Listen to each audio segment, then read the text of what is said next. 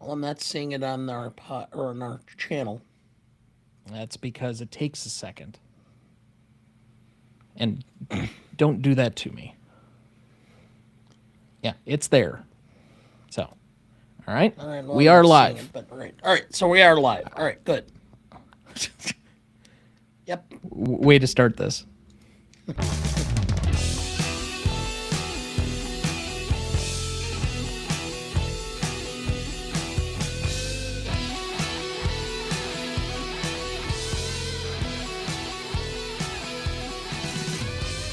Welcome to the Greatest Movie of All Time podcast, the show that uses a unique grading style to redefine what the greatest movies are. I'm Tom Duncan. And I'm Dana Duncan. And welcome to this live episode so that I don't have to extra edit on the fly in a very busy week where we're leading up to the Oscars. This is now our 5th annual Yes. Oscars preview, where I think the first year we did 2020. So maybe this is the 6th. I think this might be the 6th. Because we were covering it in 2021, 22, 23, 24, 25, now 26. Yeah, that's 6 years. So this is the 6th time that we've done this annual Oscars preview. For 4 years, we've done our annual Bad Movie Oscars bet, Yes. which you just paid up on and was published yesterday. For everyone's purposes out there, St. Elmo's Fire as a bonus episode is up on the web for you to go and enjoy Dana's pain if you are into that sort of thing.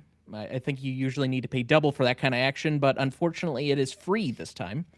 So with that, however, we are here to discuss the Oscars for this year. So first, let's start with some general thoughts. What did you feel for the movie year of 2025 for this award season? Well, as the year was progressing, I was a little disappointed with some of the films and thought this was not going to be a great year. But as I've watched some of the films, either again or for the first time, I'm a lot more impressed by this year than I originally was.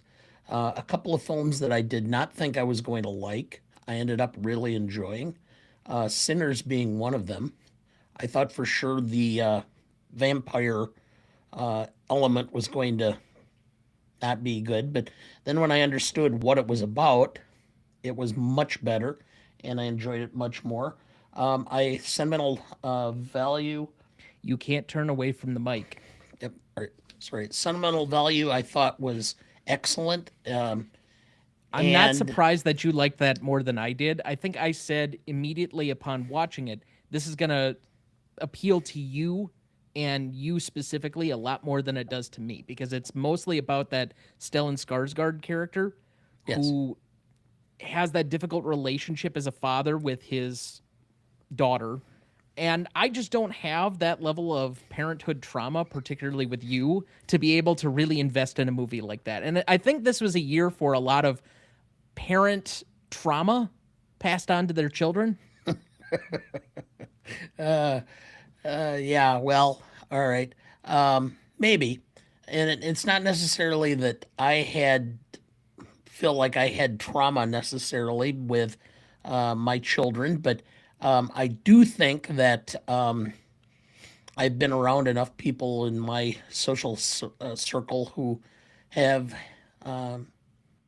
had strained relationships with their children.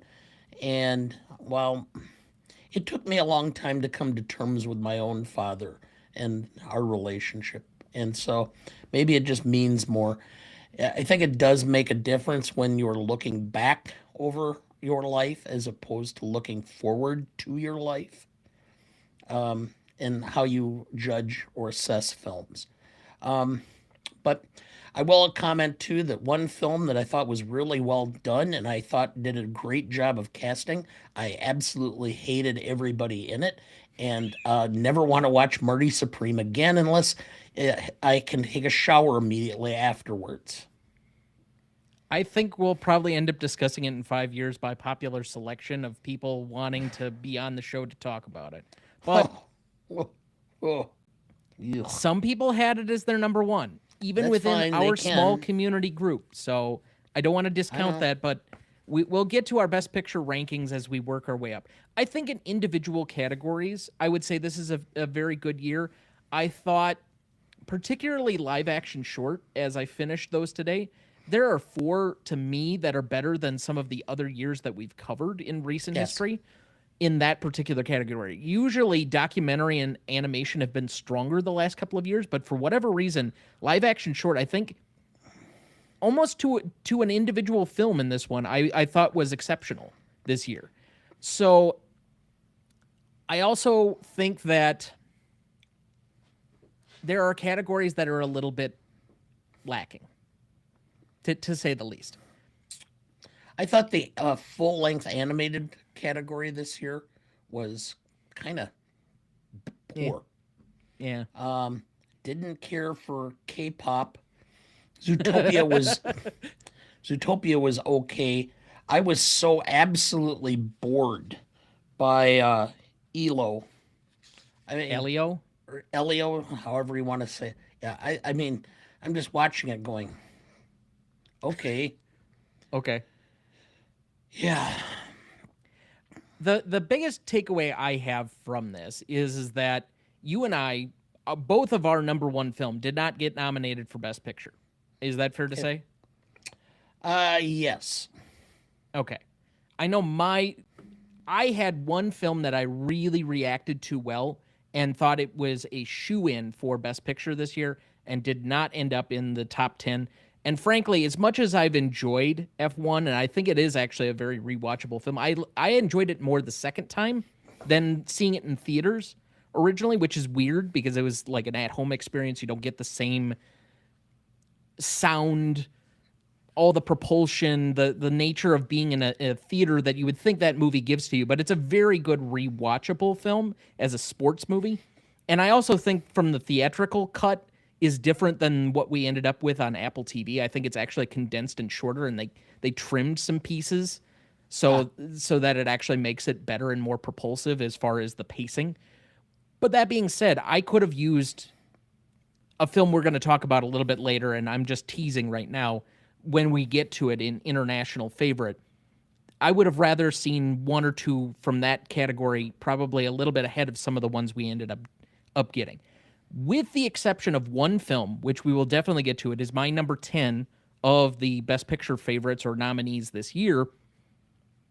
I didn't hate any of the films. Even Marty Supreme, like I enjoyed my time watching it. I know that you didn't necessarily, but that's fine. But I didn't hate I it. just didn't have a strong reaction other than one film that I was just terribly negative on. And most people in our community already know what film that is.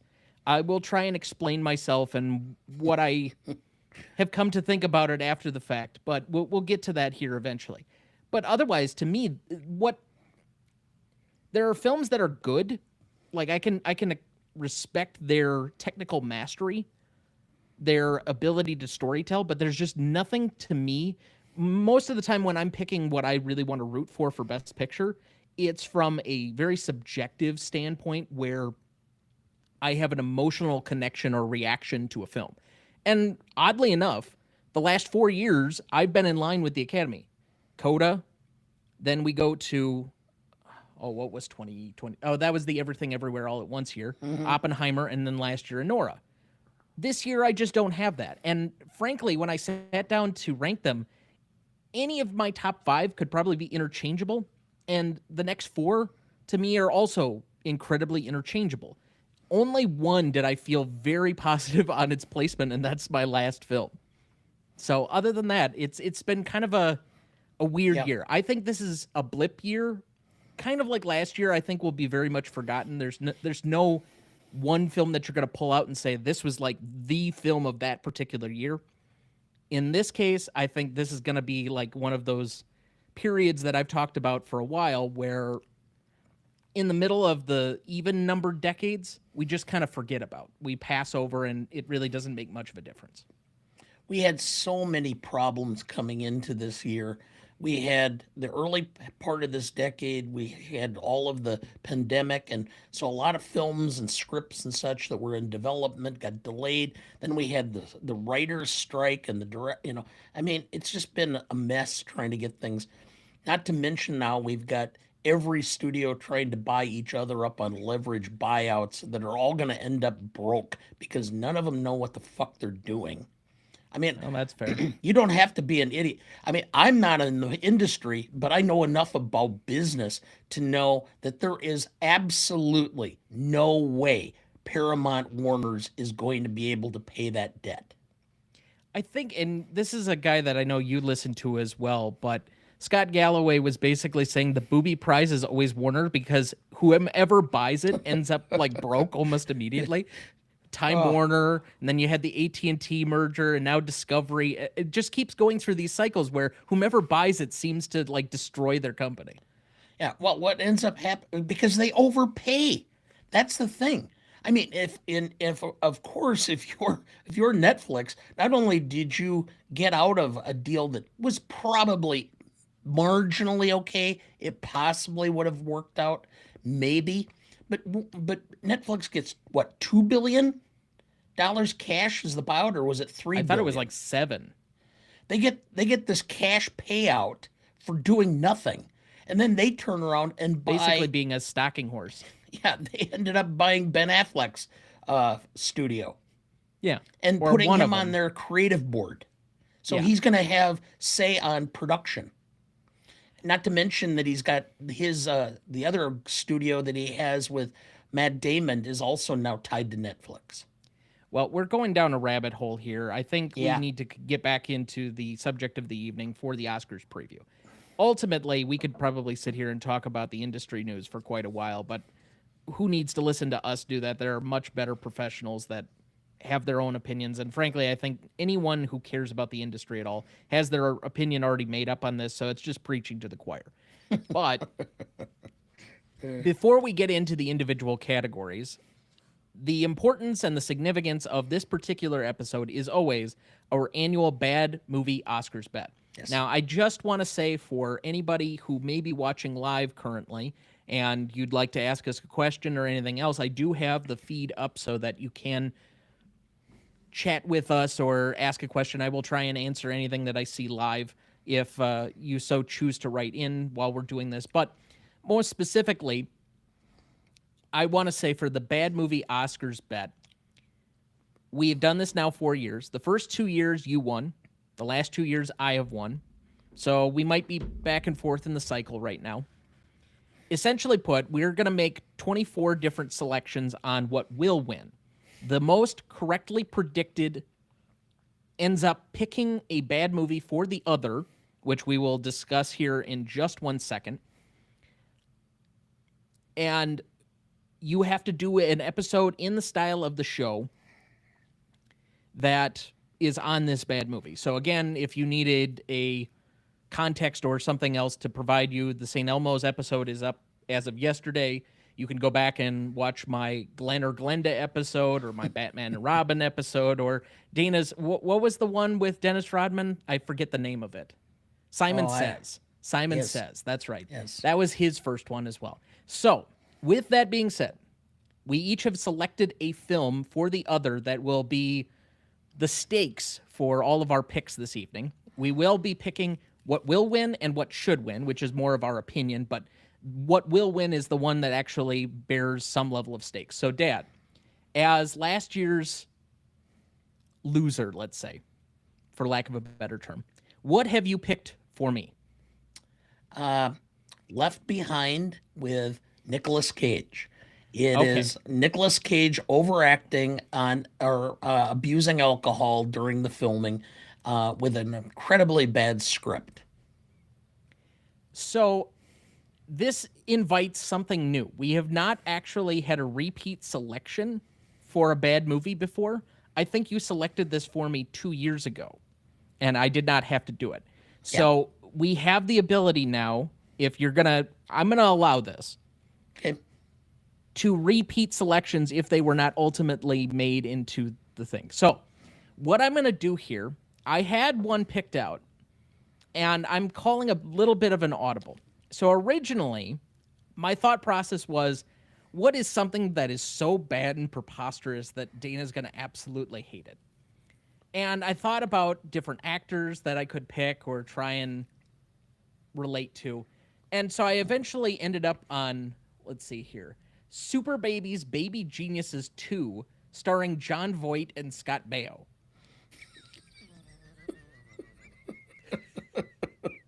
Which I thought would be atrocious. But given how much you have, let's say, tried to decry this movie on the show recently, I'm going to give you a choice between two.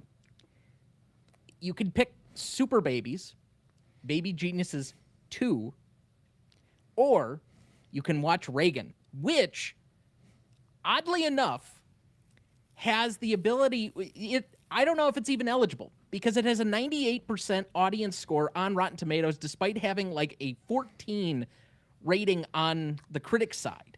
Because I think all the Republican people like went and voted for it and said it was a positive movie.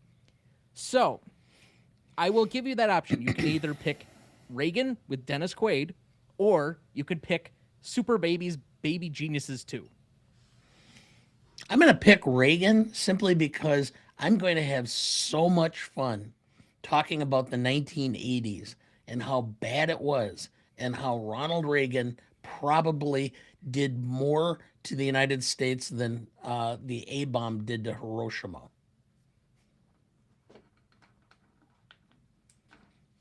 Okay. So your stakes is Reagan then. And he who shall not be named and he who is so not appearing on this episode currently has his support of Reagan. So he thinks it's entertaining and would like you to know that. Okay. Thank you for watching, Mr. So not appearing on this podcast. So anyway, all right, moving on. Now we have the stakes of what will be tonight. So what I would like to do is we're going to go in reverse order of the presentation of last year's Oscars. However, this year we have added a new category. We have added Best Casting. So we're going to start there. So the nominees for Best Casting this year are Hamnet, Marty Supreme, One Battle After Another, The Secret Agent, and Sinners. Now, I have also, because I wanted to give you every opportunity as last year's loser to win this year, I have given you the choice with whether you want to start first in this first category and then we keep alternating, or whether you would like to go second and then I start this category, you'd start the next one. So how would you like to go about this? I don't know. I'll go first. I don't care. Okay, so you're going to go first on Best Casting, and we're going to alternate here. Correct. Going forward. I have a feeling I'm going to pick something different from you. Okay. Okay. I'm going to go with Sinners as will win. I have a feeling you may go with One Battle. But anyway, should win. I thought the greatest casting was Marty Supreme. Pulling Kevin O'Leary, who's never acted as a key role, and then putting Penn Jillette in as a redneck gun-toting farmer. Those two things alone make this a great casting. Understood. I think there are actually several movies here that I could see good casting. I could easily see One Battle, Sinners, or Marty Supreme getting top nod here. Ultimately, I also went with Sinners because I think top to bottom, it has the most well-rounded cast. Even though there's like that whole section for probably about, a half an hour, 45 minutes of One Battle After Another that is very focused on a lot of people that PTA has worked with before and some smaller characters, it really becomes kind of a two-horse kind of act, or maybe a four-horse if you add in Del Toro and Sean Penn later in the movie. But with DiCaprio and Chase Infinity, it's kind of like four people really piloting the majority of the film. Whereas Sinners is very much an ensemble film to me, and it's more representative of all of these various different things. You did find the kid who is the guitar player. I think that's his first acting role, and he obviously has to sing in the movie. And so there's a lot of things going on in that particular film. Ultimately, I thought it should win as well, but I really don't have a problem if you voted for Marty Supreme or One Battle After Another. I think all three of them have stellar cast from top to bottom. Well, I personally think that there's a lot of horse trading or justification that's done by the Academy, and I since so many of the top acad or awards are going to end up with one battle, I think that there's going to be a lot of opportunity for the Academy to throw the lesser categories to Sinners, because I think there's a lot of regard for what Coogler managed to achieve with this film. And so they want to do as much as they can to promote him for the future as they can. So they're going to pick a lot of those smaller categories so that the film gets its recognition. Excuse me. I think we've seen over the past several years, for example, being the Everything Everywhere All at Once year, where we had two films that basically won two halves of the Oscars. All the technical awards went to one film, and in that case, it was All Quiet on the Western Front, the international film, Yeah. the German-made version of it. And then everything on the top line seemed to go to Everything Everywhere All at Once. And we had a bit of that last year with Dune and Anora, kind of separating those two again. So it would not surprise me in the slightest, given the amount of nominations for Sinners that it has now set the record at 16, various different nominations, that it would win a bunch of technical awards. But I still think that there is a lot of support among a variety of the different guilds that it could surprise even among some of the top awards as well. It would not Okay. shock me in the slightest. All right, so that takes us to Best Supporting Actor. And this is probably the most open Best Supporting Actor race that I can remember in recent memory. Like at least the last 10 years. This is usually one category where it feels very much decided by the time we get to Oscars night. And I feel that there's really only one of the four major acting categories that's really decided, per se. So this is not one of them this year. The nominees are Benicio del Toro for One Battle After Another, Jacob Elordi for Frankenstein, Delroy Lindo for Sinners, Sean Penn for One Battle After Another, and Stellan Skarsgård in Sentimental Value. I am selecting here first. For a while, I thought it was going to be Skarsgård. I think there is a push for Delroy Lindo, but ultimately I'm going to side with Sean Penn here, and I think he should win. Of the five different nominees here, and I think several of them are very good, Skarsgård, in my rules of how I define quote-unquote category fraud, he should be in lead, not in supporting here, but fine. We'll obey with what they submitted him for. Ultimately, I have Sean Penn here because I think he creates the most notable and memorable character. For a while, I didn't understand why Benicio was getting so much love for that performance. And when I went back and watched it a second time, I'm like, okay, yeah, now I get it. But even so, Sean Penn's character is just like almost iconic level status to me. Like he is playing at such a high level in that role. And yes, the writing for it is beautiful and whatever else, but he brings it for that. No matter what you think about his personal character, which has some questionability, to say the least, Yep. he would be joining an ultimate class by getting his third, but I think he deserves it here. There's no question that he is a great actor, Sean Penn, and I think he will win, and I think he should win. I think, despite all of the controversy that surrounded him throughout his career, I think the Academy likes him. Um, I think he's well regarded, and I think the fact is that he was playing a part that was so politically adverse to his own beliefs that, in and of itself, it just made for the ultimate caricature. Well, that's the thing. Was he really? Because I can never truly nail down what he actually believes in. He's kind of an odd dude. to say the least. Like, that's the most charitable way I can say it. Yeah, well, I Okay. don't know. I just have my own feelings. I've I met his former mother-in-law at one point in time, so Okay. But that is so both of us are 2 for 2 on matching up exactly on who we think will win for the first two categories here. So let's move to Best Animated Feature. The nominees are Arco, Elio, K-pop Demon Hunters, Little Emily, or The Character of Rain, and Zootopia 2. You are up to select first here, sir. How many of these oh, did you end up watching? Let's okay. start There there. are, from what I understand, there were 46 different films nominated over the 24 or 26 categories. 24 categories. 24 categories, 50 films. Okay, 50 films. 50 Because films. I I was counted it told, yesterday. because I checked on it and it said 46. 50 different films. I counted it yesterday. Okay. Well, ended up with 37.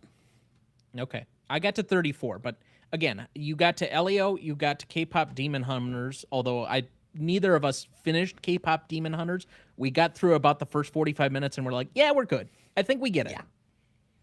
And we watched Zootopia 2. Is that the 3 or did you get to the other 2? No, I did not get to the other two. Okay. Those were two of them that I did not get to. All right. I think this is a pretty easy category to select, but you're up first. K-pop Demon Hunters. And I thought Will win, should win. will win. Should win is Zootopia. I have the same. I don't. K-pop Demon Hunters, I get why it's popular. It's got some very catchy songs. The animation's not problematic. Like, it's not really adventuresome. It's appealing to children. I get why it's popular, but thematically rich and depth-wise, Zootopia 2 is by far a much deeper and richer film than K-pop Demon Hunters. I know that the Academy is looking at this as being the quality of the film, but really, if you're talking about playing to your audience, I understand why K-pop is, the likely winner. It's not playing to me. It's just not. I acknowledge that. Fine, whatever. Well, now we get to a category that I'm going to find extraordinarily difficult to select here, and I'm kind of already turning it over in my mind if I picked the right thing. Because I think there are 3 different films that I've seen at the top of this, so it could go in a variety of different directions, but this is Best Animated Short. The nominees are Butterfly, done by Sacre Bleu Productions, Forever Green, The Girl Who Cried Pearls from the National Film Board of Canada, Retirement Plan, and The Three Sisters by Polydot Films Raimonco Ventures. Now, we watched all 5 of these. Yes. I will say that I thought there were 2 that I thought were really, really good, and the other 3 were, they were okay. One that stood out to you did not appeal to me at all. Correct. So with that, I think I know what the favorite is, but I'm going to go with a gut call and say will win The Girl Who Cried Pearls. And I already feel terrible doing that. But should win is Butterfly. Now, I know that you didn't particularly care for Butterfly, which No. I find interesting because from an animation style standpoint, it reminds me a lot of, what was the film a couple of years it was about Van Gogh? I think it was called Vincent. And it's kind of got this paintbrush style animation that I find fascinating, but overall I thought the story, while it took a while to get into what exactly it was about and all of the revolving things, I think it is the most probably politically relevant, but ultimately I went with The Girl Who Cried Pearls because I think it has the most clear story, even if it may not have been my favorite animation style of these 5. Yes. Okay. Now, this is where we're going to deviate. I figured. I'm gonna pick will win Butterfly, Okay. even though it's not does not speak to me very well. To be honest, um, Forever Green, the Girl Who Cried Pearls, and the Retirement Plan all were much more impactful to me than Butterfly. I really loved Forever Green. I thought it was a brilliantly done, sweet film about love and family, and that family is something you choose or you can make from just expressing love and nurturing. Yeah, sure. And but the retirement plan speaks to it's when I watched it the first time I thought, oh, this is about trying to find meaning in retirement. Then I watched it again, and it's is it about putting off all the things you should do in your life while you're young and saying you're going to do them in your retirement, or Yep. is it actually finally realizing in retirement that you're going to do these things that you should have done before and didn't? And I don't know. I guess it's a matter of how you look at it. I would assume that as you're heading into retirement, you're going to look back and go, "Oh, this is all the shit I should have done." And by the time you're looking towards the end of your life, you're going to kind of have regrets because I have a feeling that all those things that you said you were going to do in your retirement, you're not going to end up doing because there's going to be too many lost opportunities because of health and energy and such, that you're never going to get to everything that you wanted to. But for should win, I'm gonna, or I mean, You said your will win. Which of yeah, I those know. three, though, is the one that you would pick, though, if it was your ballot? To be perfectly honest, I originally was going to say the retirement plan. I really loved it, but Forever Green has such a soft spot in my heart right now. I would go right there today. But I Okay. wouldn't feel bad about any one of the three I named winning. All right. So, for the interest of time, because we're already at a half an hour here, let's just continue moving forward. So, we get to Best Costume Design. The nominees here are Avatar, Fire and Ash, Frankenstein, Hamnet, Marty Supreme, and Sinners. It is your category to lead, sir. Okay. I have will win Frankenstein. Should win. I really liked Hamnet, excuse me. And I thought the costumes and such for that period were well done and really enjoyed them. Now, supposedly, and this question was asked in the Discord, and somebody got an answer as to why Avatar is technically in the costumes category for this one. I really don't know how to say it because it feels to me that a lot of these would be CGI, but okay, I apparently there's an explanation out there as to how the costuming was done.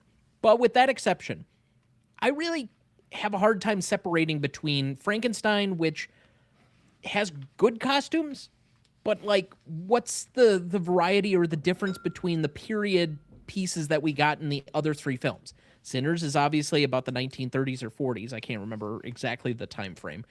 Marty Supreme is about the 1950s. Hamnet is about the Shakespearean era. So all of them are period dramas where I find the costuming pretty accurate. But if I were to place my bet on one thing, I'm going to go with Marty Supreme just because of the amount of different like suits and variety of different things where I feel like we've seen a ton of Elizabethan English stuff win costuming before because of the amount of throwbacks, but we don't often see stuff from this era of film or this type of period drama often win costuming because it's just not quite as fanciful. And while I certainly respect and I will pick Frankenstein as well to win here, it just feels like we're picking the steampunk winner instead of picking something that I thought was a little bit more expressive, a little more subtle, and probably deserves some better recognition. But frankly, most of the Academy, like if they love somebody, they love Del Toro. So any chance to give his films extra Oscars, I feel like they go out of their way because he's just so likable and whatever else to the Yeah. Academy voters. All right. So that brings us to our next one here. We have Best Original Screenplay. The nominees are Blue Moon, written by Robert Kaplow. It Was Just an Accident, written by Jafar Panahi. Script collaborators Nader Saivar. I think I'm hoping I'm Shadmer Rastin and Mehdi Mahmoudin. Mahmoudian, maybe? Okay. Marty Supreme, written by Ronald Bronstein and Josh Safdie. Sentimental Value, written by Eskil Vogt and Joachim Trier. And Sinners, written by Ryan Coogler. I believe I am up first on this category here. I think the obvious one is Sinners here. Since Sinners and One Battle After Another, which seem to be the two favorites at the top for Best Picture, are in separate screenplay categories, I think it's pretty apparent to everybody that Coogler and PTA will walk away with at least one Oscar on the night, but one of them will at least have two, if not three. In this category, I think the easy pick is Sinners. It's the heavy, heavy favorite. But what should win, and this is going to be my first opportunity for recognition tonight, It Was Just an Accident is a masterpiece of a script, if you ask me. And this should have been in the Best Picture race. It was by far the best film of last year, if you ask me. I can't say enough good things about it. The framing device, the amount of things, how it ended is just so open-ended, but gives you so many things to play with in the abstract. I just loved this film. I wish more people would have seen it, and I really wish it would have been in Best Picture. All right, for me, when did the Academy voting shut down? On Thursday. Boy, I'm pretty sure, and I'll stick with my original. Will win, will be Sinners.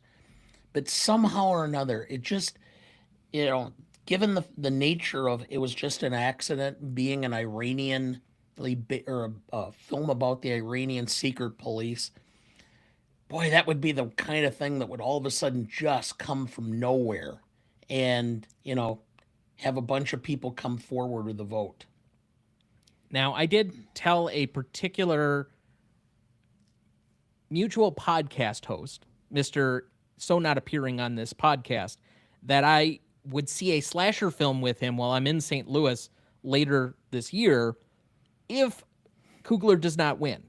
I will be very glad to go see and sit through whatever this is and throw popcorn in the air if it means that Panahi wins something on the night, even if Yeah, it's I this know. category. I know. I boy, I would, I'm gonna stick with Sinners because it's the safer bet.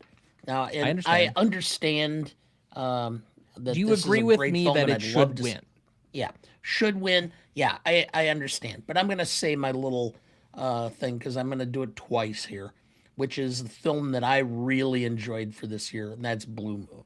I thought the script was brilliantly done and was very tight. It's one of these films that I have a feeling that the more people see it and are exposed to it, the more they're going to enjoy it, especially people who are more mature. So it's going to be, I think once you hit about 50 and you're looking for something that's not going to be a lot of violence or whatever, this is the kind of film that you could sit and watch and enjoy.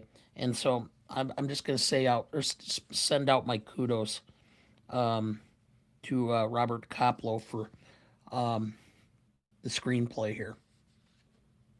Understood. Okay.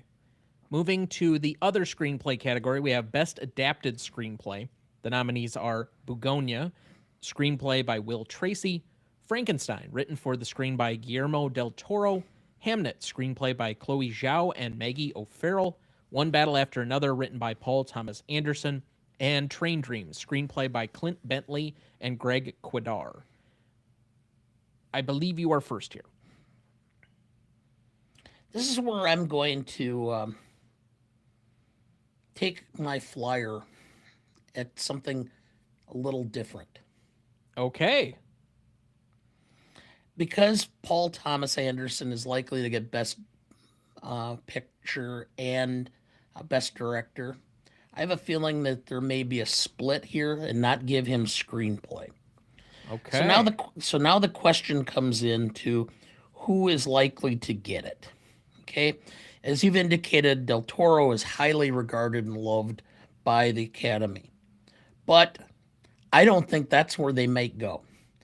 I think they're going to spread a little love to a film that was nominated for Best Picture, but is not likely to win any other category. So I'm picking Train Dreams, which is a film that I really enjoyed. I know it's off the wall, and I'll probably lose, and it'll probably end up forcing me to uh, to watch Reagan, but so be it.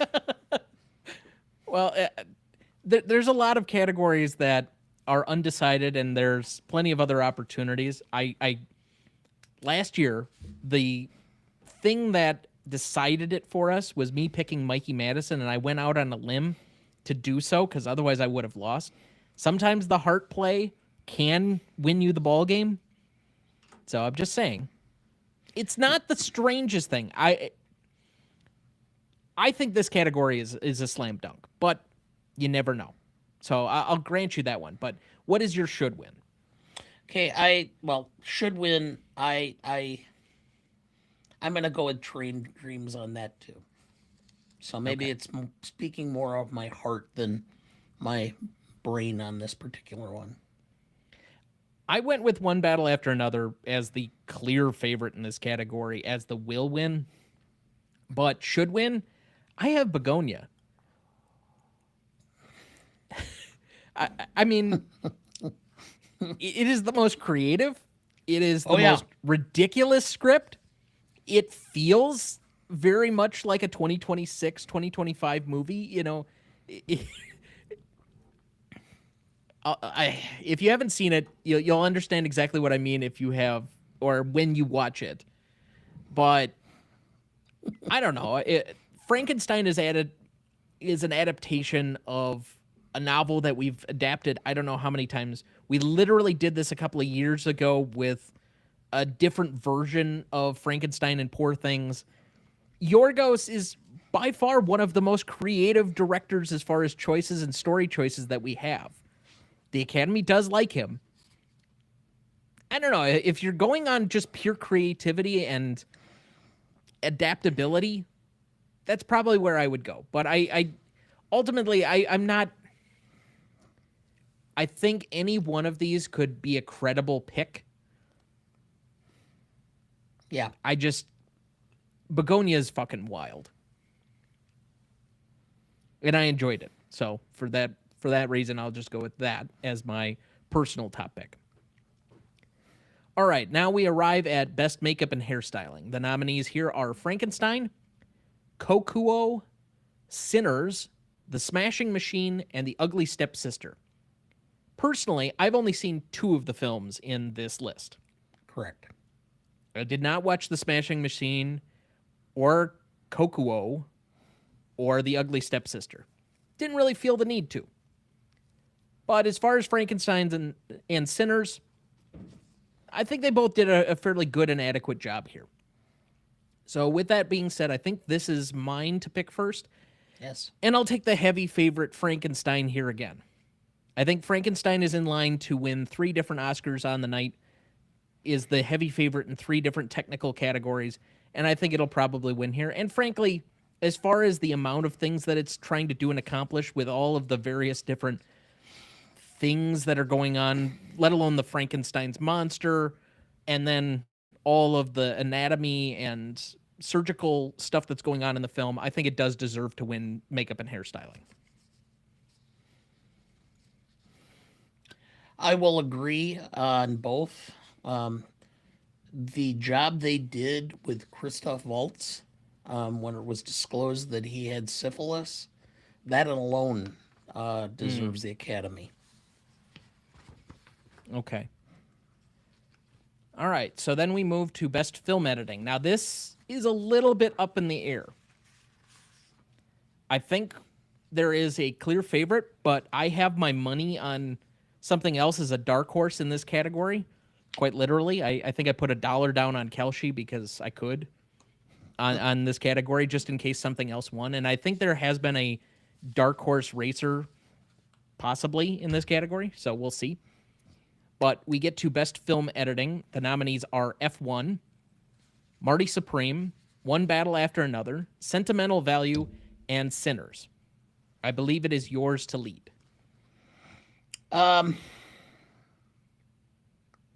This was a tough category because thinking of all five of these films, the one I've got to ultimately go with simply because I think editing had more impact on the overall story than anything is F1.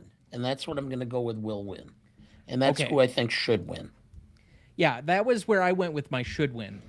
I'm going to go with the heavy favorite in One Battle After Another here, but I think F1, as far as, like, especially when they cleaned it up for, because I swear they cut out like 10 minutes of monotony and just extra stuff from the theatrical version we watched for the thing that's on Apple currently. But the second time I watched it, I think it's actually a really well cut movie. Like it stitches together well. It doesn't feel like it really drags too much. And once they cut a lot of the weird storyline between the romantic plot line in the movie, I thought it was a much better film because frankly those were the parts where I felt like Brad Pitt was a terrible actor in this movie.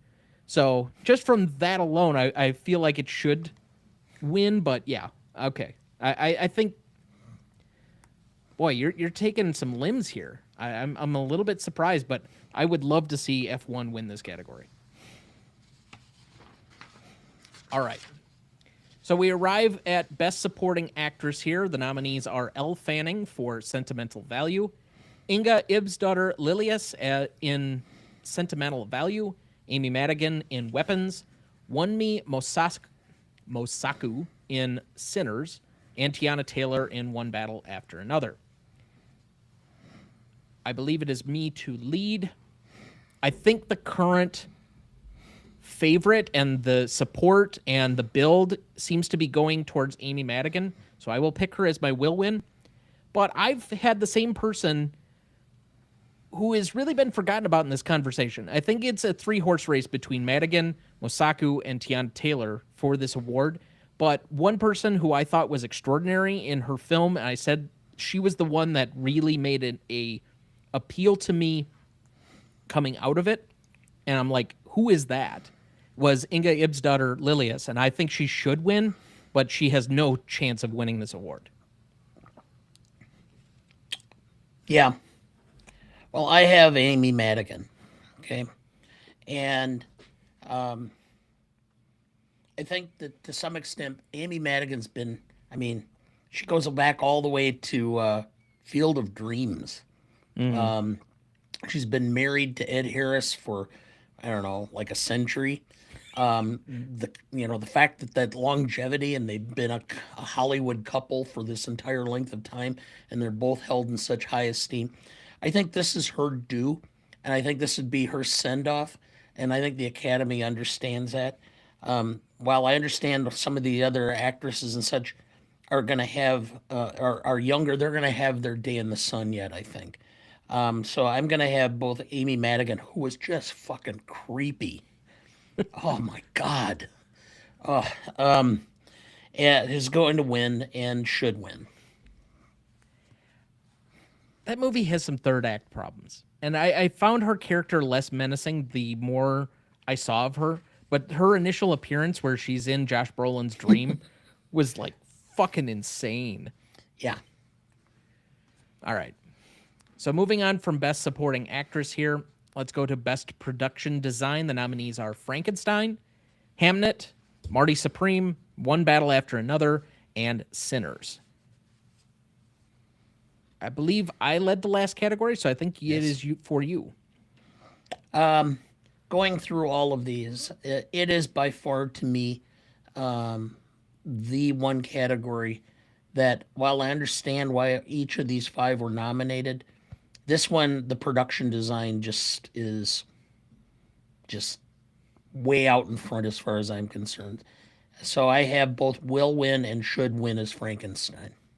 And I would agree. I think that just from the value of the amount of physical sets created for the ambiance of this entire thing, the way the film looks is very much due to the three categories that it is likely to win: makeup and hairstyling, the production design, and costuming. I think in all three of those, enhance what this film is about and what Guillermo del Toro is trying to tell through this particular version of the film.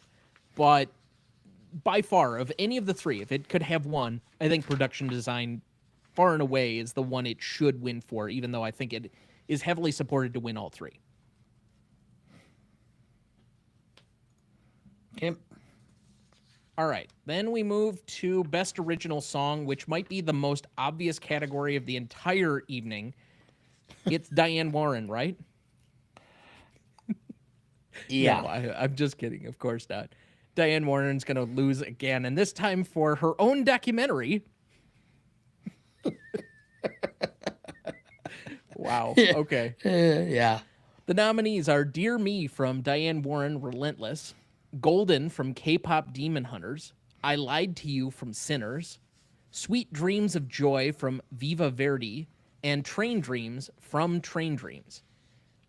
Now, I will say for two of these, I was really happy to see songs that were actually selected that were just not credits songs. You know, my criticism for the most part has been James Bond songs in recent years have won for the opening credits, and then we get all these tacked on songs at the end. That's how we get, what was it, the Flamin' Hot movie, the Cheetos movie, got a nomination based on song because it tacked on a song at the end to the credits.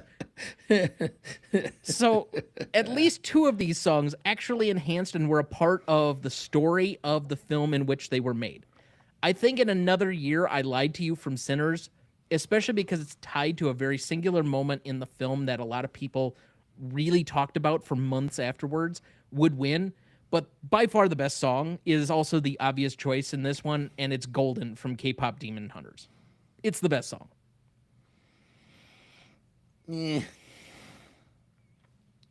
It will win, but I have should win as being Train Dreams. Okay. Just personal choice.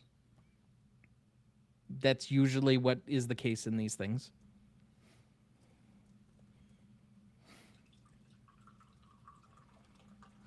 As Dana gets his refill, and I make sure that all of the stuff is available immediately following the episode on the website.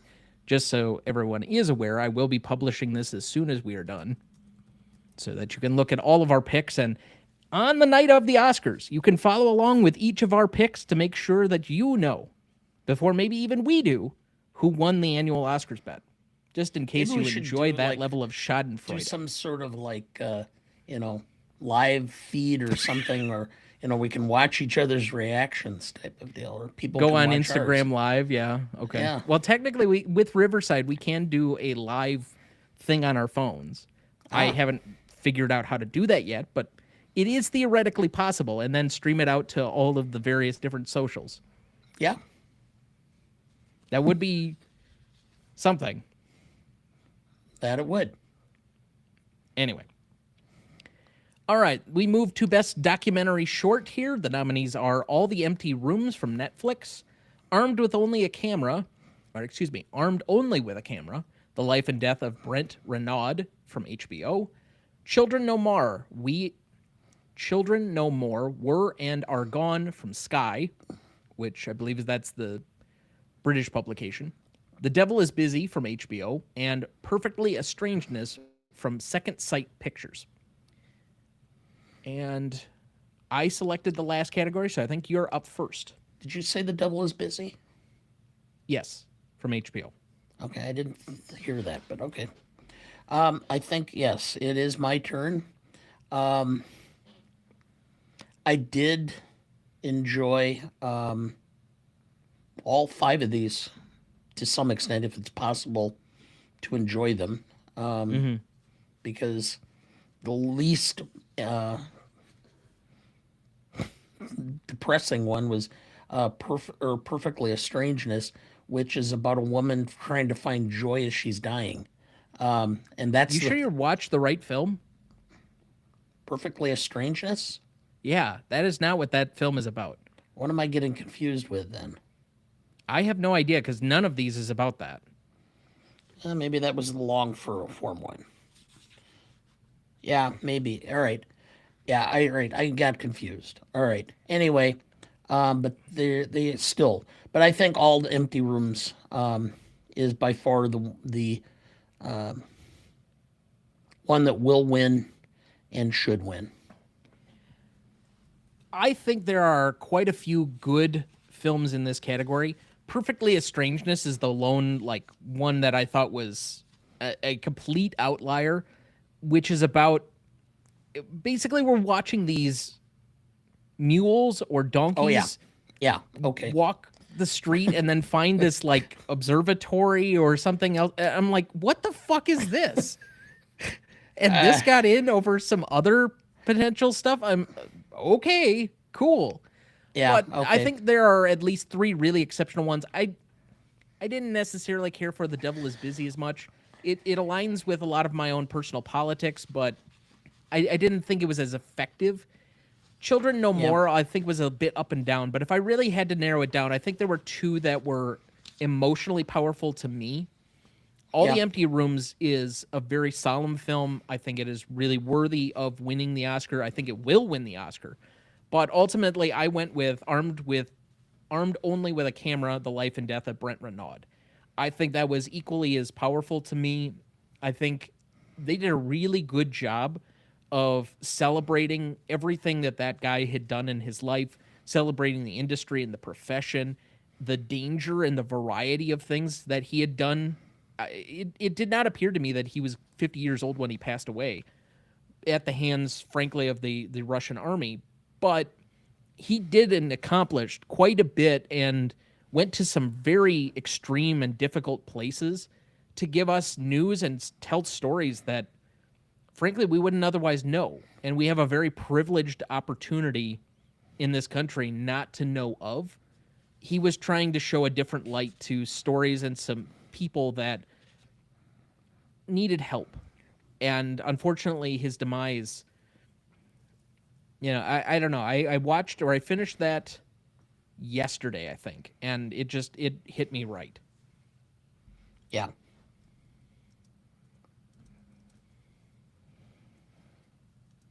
So if you're gonna watch two this year from this category, I would definitely say All the Empty Rooms and Armed Only with a Camera are probably the two.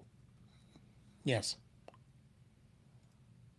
All right, moving then to the one category that I did not see a single nominee this year, and that would be documentary feature.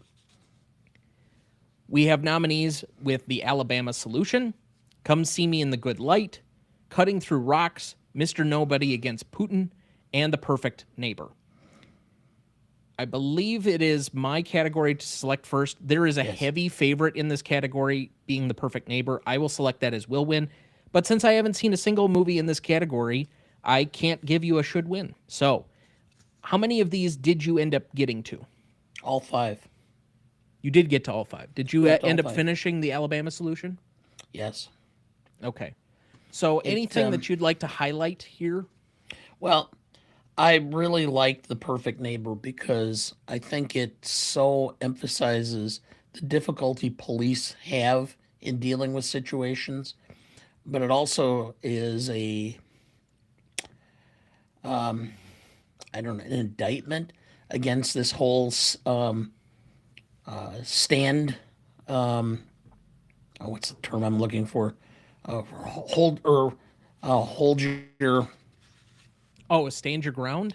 stand your ground defense. It's just ridiculous sometimes. Which is basically you can create the situation and then claim it and try to get off. Fortunately, in this particular case, the defendant did not, even though it was clear from all of the camera work and all the body camera shots in the film what was taking place. So I think The Perfect Neighbor is likely to win and should win. But I will say that I really thought the Alabama solution was deeply troubling, to the point I oftentimes at some point may want to do this as I'm age or getting older and want to step back from some legal or some of my more normal legal work, but doing some prisoner defense type cases because I think that there is a large portion of this country where prisoners are just written off because, well, they're prisoners, so they should, they're all lying. And I think that just is ripe for abuse that's going on within the systems. So I would say that that is a film that is very much worth watching. I will also say that "Come See Me in the Good Light" was the one I was talking about, where she's trying to find joy in dying, and it was an interesting one. And I don't I wish when my time comes, I wish I have the same quest or fear or joy in my life, trying to live each day as it comes. So, All right. Then let's move to best sound here. The nominees are F1, Frankenstein, One Battle After Another, Sinners, and Syrah, which is the Spanish nominee for Best International Feature. Now, I did not see Syrah. I did not have time to get to that.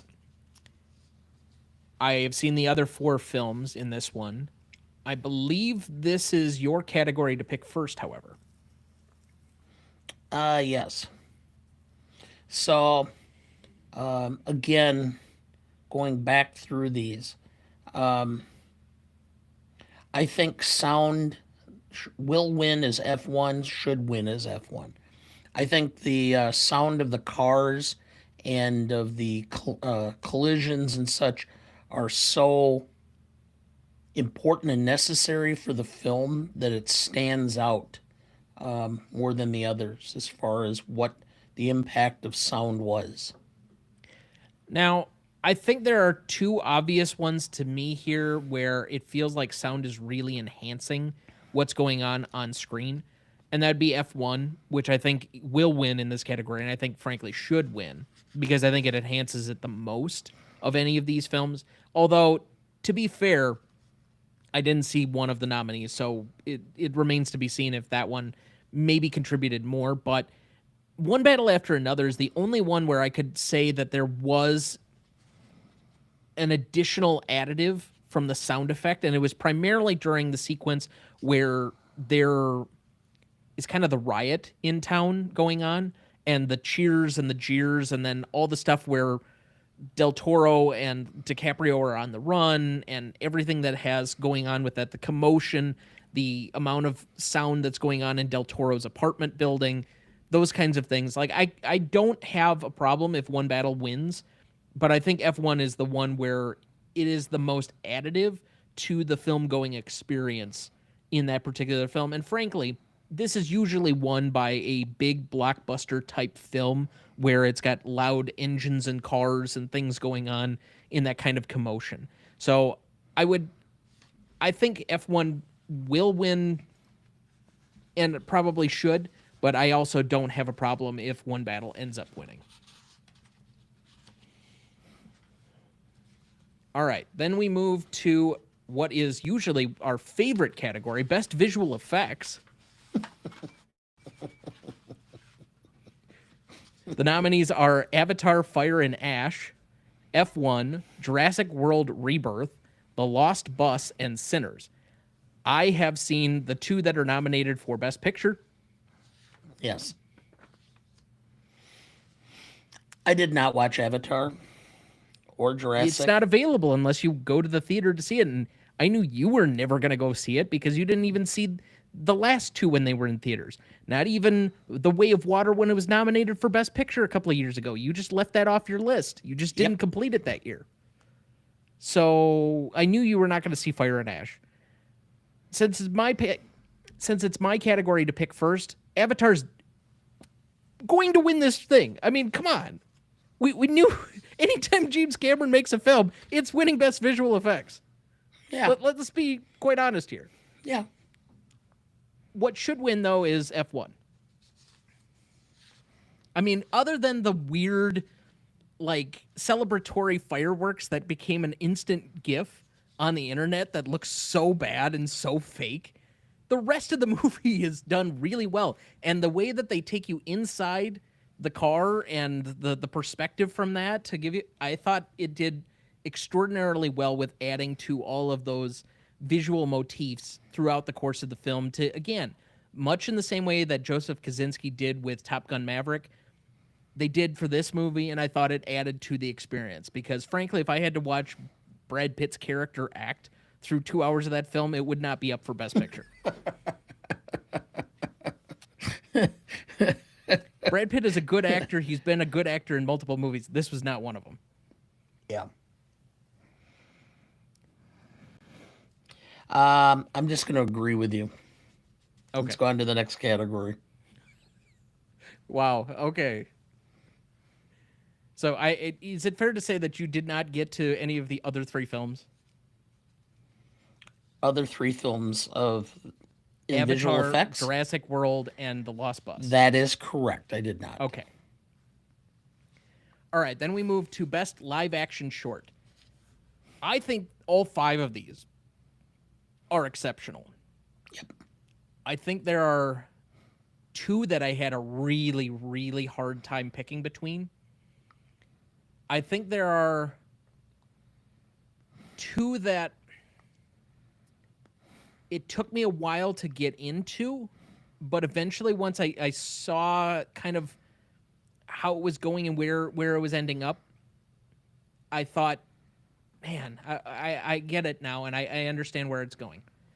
Ultimately, I'm picking between my should win as either Butcher's Stain or A Friend of Dorothy. I'm going to say should win on the closest of margins. The one that had the most emotional impact on me was A Friend of Dorothy.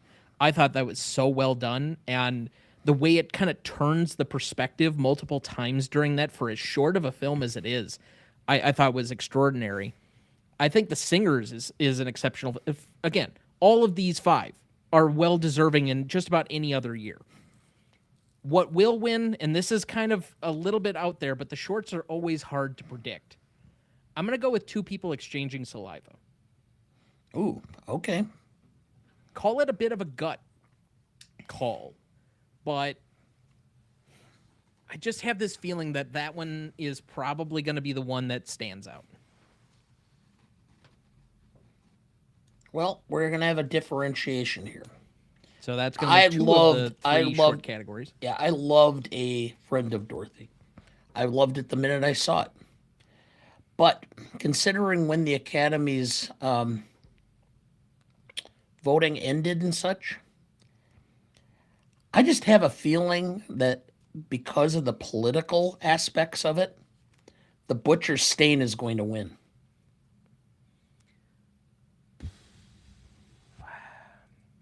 I think it has, even though it stood out to me, I think it has the lowest letterbox rating of any of these.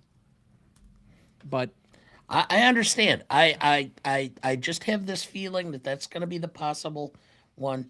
I would love to see A Friend of Dorothy win. I did not really understand Two People Exchanging Saliva very much as far as what its meaning was, but I thought it took me a while. That was the one that was the hardest to get into, and it took its time developing what that story was. You had to really accept the universe as it was. It was kind of this, what is the Elizabeth Moss show, Handmaid's Tale? Yeah. Kind of thing for a lot of it. And it was very much a repressed society, which I think it was supposed to be very metaphorical that way. But it is jarring to just drop you into the middle of that and not give you like any advanced warning of what this world is. So it took me probably 20 minutes before I'm like, oh, that's what this is about. Yeah. I will say that Jane Austen's period drama was funny. Hmm. I made your mother watch that. I watched it and I said, "Oh, you have to come in here and watch it." And so she thought it was hilarious too. Yeah. So, It's very much up the alley of anybody who watches regularly, like Bridgerton or any of those types of films or TV shows. but it was so almost reminiscent of Monty Python. Yeah. So, All right. So we arrive at our tiebreaker. This is during last year's ceremony. This is where In Memoriam was. Now, there are a lot of people that passed away this last year. Just a quick rundown of probably the most prominent of them that will come up: Robert Redford, Diane Keaton, Robert Duvall, Rob Reiner, Val Kilmer, Michael Madsen, and Catherine O'Hara. Since you did technically lose last year, even though I think you won the tiebreaker, yes. you get to select first here. So, did you go with one of those, or did you go a little bit more off the board? I gave this a lot of thought. And the Academy announced that Billy Crystal and Meg Ryan were doing a special presentation for Rob Reiner. That will be the introduction leading into the In Memoriam. So Rob Reiner is out. And it was really, in my mind, between Rob Reiner and Robert Redford. Now, when you consider that Barbara Streisand, who got her big start in movies more or less with Robert Redford back in the early 70s, is singing. 60s. Well, yeah, all right, It was the late mid 60s. 60s. It was Yeah, Barefoot in the Park. yeah. I think Robert Redford will be last for both the fact that the Academy tends to put the last person as to be an iconic figure in old Hollywood, but at the same time, when you consider his impact on independent film with Sundance, I think he has the legacy factor sewn up. So I'm going with Robert Redford. I think that's a great pick. I think your reasoning is sound. The only real chance I have in this one is that either he leads off early or he's in the middle section or something else or whatever. And the one that they cap on, then boy, I have it down to two because if they do it by when they passed away during the year, I have a chance with like Robert Duvall.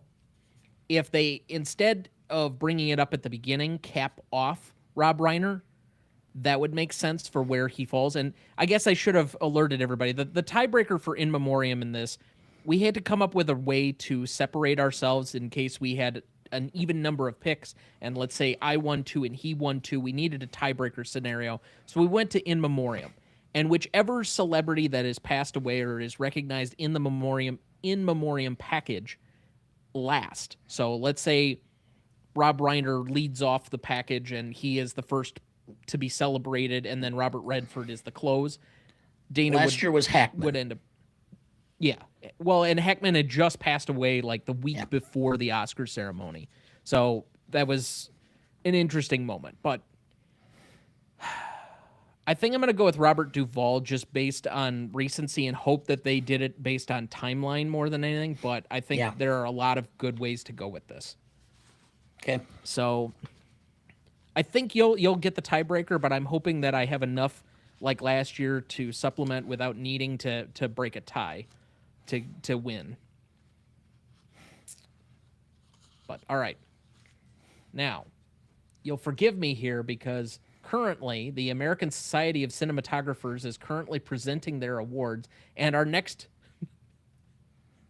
award is going to Best Cinematography. So I was trying to hold out as long as possible to see what happened, but apparently they have not made their selections yet.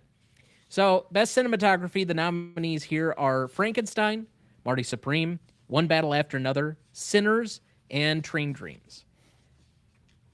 Whose category is it? I I think. think it's mine.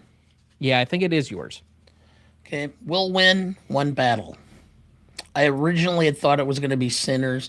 Then I thought about it again, and I'm thinking back of just the visuals and how the battle scenes and the explosions and military bases and such. So I'm gonna go with One Battle. Should win. I absolutely loved the visuals for Train Dreams. I thought that the cinematography was brilliant. So I don't have a problem with anything that was done in Marty Supreme, Sinners, or Frankenstein, but to me, this is a battle between One Battle After Another and Train Dreams. I think One Battle After Another will win this category, primarily on the backing of that whole car chase at the end of the film, which is thrilling and a great piece of cinematography through the rolling hills and the mirage and everything else that it's capturing. But I agree with you. I think if there's a movie that was told primarily through its cinematography, it was Train Dreams to me. And yeah. that one enhanced the most of its storytelling through cinematography. I do have money on Train Dreams as a dark horse, possibly. A lot of people think this is coming down to either One Battle After Another or Sinners, but I think there is that possibility that Train Dreams sneaks in there. So who knows?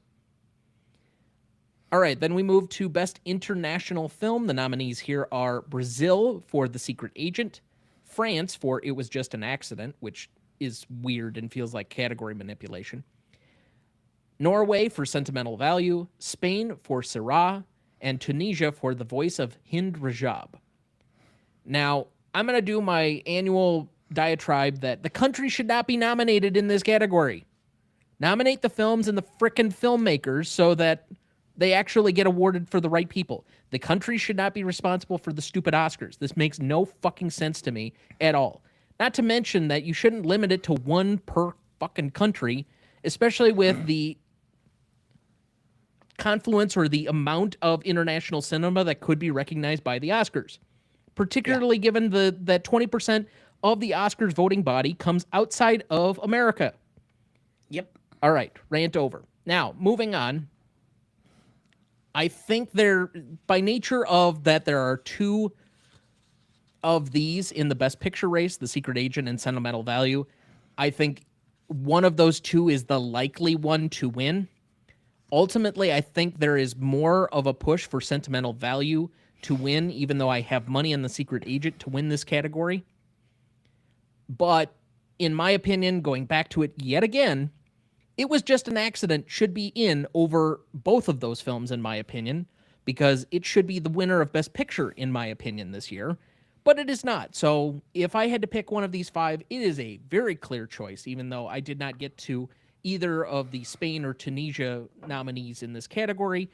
But It Was Just an Accident is a revelation, and Sentimental Value is fine. The Secret Agent is not. And we'll just leave it at that. Sentimental values, and It's Just an Accident. So will win and should win.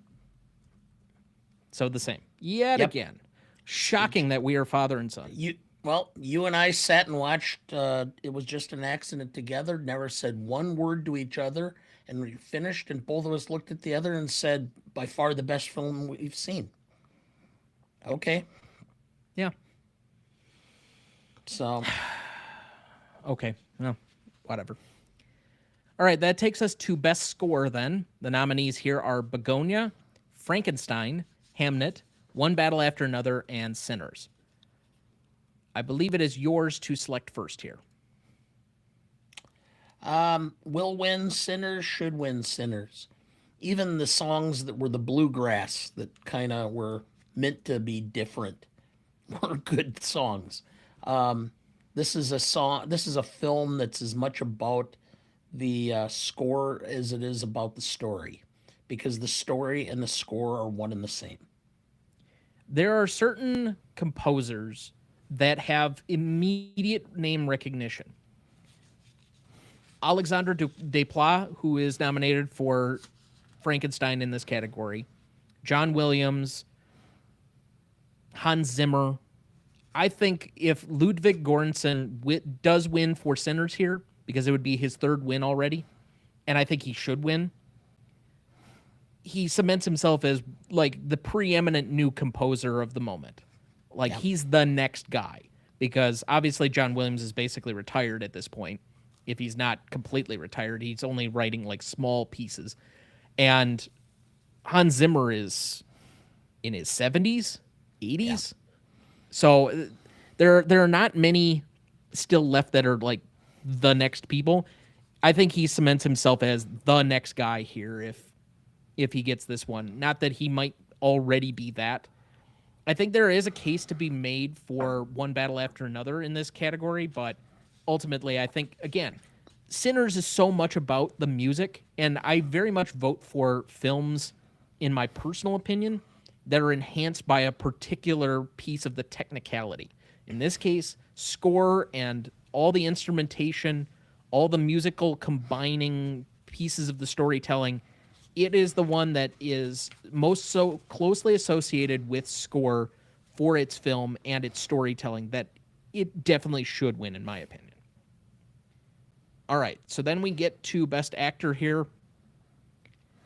This was seemingly a foregone conclusion for one of these nominees about a week ago, and then we had a monkey wrench.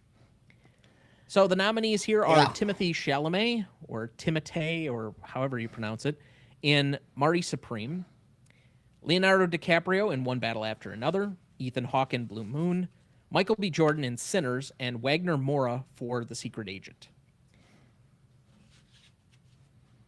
I think that the unfortunate incident at BAFTA has been cited a lot for why Sinners has somehow like gotten this extra support all of a sudden.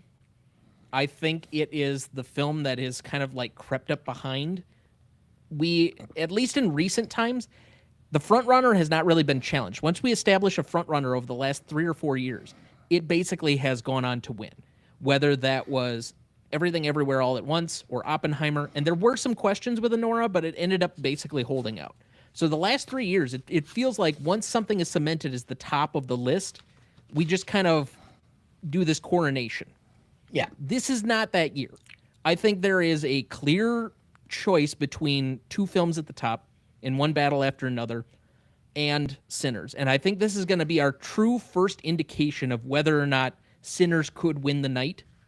Because while DiCaprio is definitely not in the running at this point to win for One Battle After Another, this entire category comes down to either it's Michael B. Jordan or it's Timothée Chalamet. And until a week ago, Timothée Chalamet was the clear-cut, almost preeminent favorite to win this category. But I think there's enough support now because nominations and voting started immediately following Michael B. Jordan's win at the SAG Awards that he will win this category. And I think, frankly put, I mean, Ethan Hawke is excellent in Blue Moon, but I kind of think Michael B. probably should win.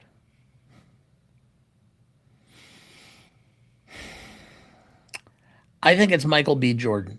I think Chalamet has done enough of a disservice to himself. I mean, Yeah. he just cannot seem to keep his mouth shut. And I think his own arrogance is doing him in. And the Academy is always, give them a chance to do your one-uppers, and they'll be glad to take it. So I would love to see Ethan Hawke because I think he should win. And he's long time, what is this, his third or fourth nomination? Oh, he was nominated for Training Day. I'm not sure he's been nominated for much else. It's at least his third. I know that.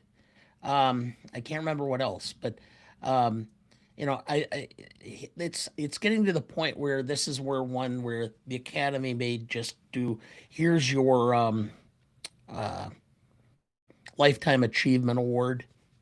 But still, I think it's Michael B. Jordan. I think the fact that the Academy has always had such a problem with minorities winning these categories, if they have an opportunity to give it to a very deserving actor, and there's no question that Jordan is very deserving for his dual role in Sinners, especially with Chalamet imploding. I think that's Jordan to win. And to be honest, if I were on doing my picking on as you are on and putting my bid in, I'd put like $5 on Ethan Hawke because I think it's 30 to 1. So It's not a bad bet. I think there is a he's currently running third, if you yeah, were to ask me. Now, I did look this up for you. It is his third acting nomination. okay, He was nominated for Training Day. He was nominated for Boyhood, which I forgot, yep, in okay. supporting actor. This is his first lead actor nomination for Blue Moon. But he has also been nominated twice for another category. Direct or no, not directing. Nope. Adapted screenplay. Oh, Because he was credited as one of the writers on Before Sunset in 2004 and Before Midnight in 2013. Because he helped oh, with a lot of the dialogue. Both of the lead actors did in both of those movies, helped with a lot of the dialogue with Linklater, but it's okay. not surprising to me. This is now going to be the fourth movie that he and Linklater have collaborated on, and fourth different nomination from a Linklater collaboration. And what I understand, he and Linklater have yet one more film that is going to be Linklater's masterpiece that is going to be out with him starring in it. So supposedly Linklater's doing another one of those like over time projects again that he did like Boyhood, and I think Hawk is in that one. But I Yep. don't know if that's the one he was talking about that is like the true one. But he put out two different films this year that by most accounts were both relatively very good. I think Blue Moon ended up being the more celebrated, but Vague, whatever, however it's pronounced, apparently also got a lot of film festival recognition and awards attention. So I mean, to put out that level of content, I've come around a lot on Linklater as a filmmaker in the last like 2 years. So and it was not a film, and I don't want to say that I ever had a negative opinion of him. It's just I hadn't watched a lot of his stuff before the last like 2.5 years. And as I've continued to get more, he's like moved up my favorites list. So for whatever it's worth. But all right, then let's move to Best Director. The nominees here are Hamnet for Chloe Zhao, Josh Safdie for Marty Supreme, Paul Thomas Anderson for One Battle After Another, Sentimental Value for Joachim Trier, and Sinners for Ryan Coogler. I believe that I went first with Michael B. Jordan on the last category, so I believe it is yours to lead here. Will win. Paul Thomas Anderson should win. PTA. So we are going to agree on the will win. I think that PTA will hold out and win. He's won every other major precursor award here, and I think that Coogler winning the screenplay award will help that case. I think Coronation is thrown around too often and too lightly sometimes, but PTA winning his directing award that everybody's been waiting for him to win. If he doesn't win this year, I don't know if he ever wins. And I think Hollywood's been waiting to do that, whereas Coogler feels like he's going to have a lot more chances, even though he's doing yet another, I think, Black Panther film and some other stuff. But I think Pays the he's got bills. I think he's got his opportunities to do stuff. I know he's working on that X-Files series now, but he'll be back. Paul Thomas Oh yeah. Anderson is definitely going to be making more films, but I just don't know with the accessibility of this current film. There are very few Paul Thomas Anderson films that if you're not like a deep cinephile that is relatable to the public. Case in point, Licorice Pizza. Or for that matter, Phantom Thread. I have Anyway, not seen Phantom Thread, but I know you haven't, but that's why I led with Licorice Pizza to get the reaction.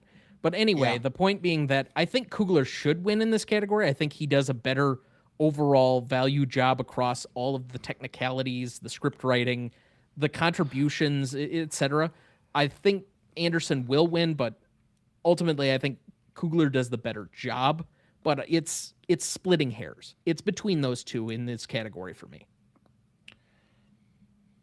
Yeah.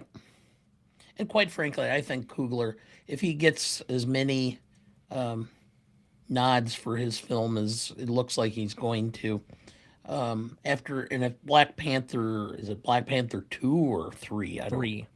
3? I think if it does well in the box offices, um, Hollywood will probably open the coffers and give him some pretty big bucks to come forward for another film that he may do pretty damn well. I think he's extremely talented. That's quite apparent. Which is why I find it interesting that he wants to go into TV right now off the back of this. It feels like an interesting choice, but all right, fair enough. All right, finally, we move to our last other category besides Best Picture, which we will divide up a little bit differently. But Best Actress, the nominees here are Jessie Buckley for Hamnet, Rose Byrne for If I Had Legs, I Would Kick You, Kate Hudson in Song Sung Blue, Renata Rensve in Sentimental Value, and Emma Stone in Begonia. I think this is a rather obvious choice on this one, and I think it is my selection to go first, correct? Yes. I'm pretty sure. This is the only acting category I feel like almost 100% certainty that Jessie Buckley is most definitely going to win. I think everybody's been waiting to give her Best Actress or some type of Oscar for many years. She's been on a lot of critics' lists as like the best actress not to win an Oscar yet. But I also think she should win for that role. Personally, I think there's a very strong case for Rose Byrne winning for If I Had Legs, who I have doubted as an actress for a very long time. Like, Yeah. you see her in Neighbors, and I'm like, can this woman act at all? She's terrible in this movie. But then you see something like this, and I'm like, where has this been? Oh my God. Yeah, I know. I watched it and I'm like, they should almost have a special category. Uh, Actress most likely to present a person having a nervous breakdown. Well, 3 of the women in this category have nervous breakdowns during the middle of the movie. And quite frankly, the one that should have a nervous breakdown is Conan O'Brien, because there's nobody that could be that or have so much stuff tied or shoved up his ass as he is in that film. Wow, what a tight ass on this one. Okay. Yeah. So anyway, what are your picks? I'm going to agree with you because I had Jessie Buckley, and I think she should win. But again, I'm going to say that even though I did not like the film itself, because I couldn't, half the time I had difficulty following what the purpose was, but Rose Byrne really did a nice job on this film. So I hope she taps into that again. Okay. So that is 23 categories down. We have one major category left.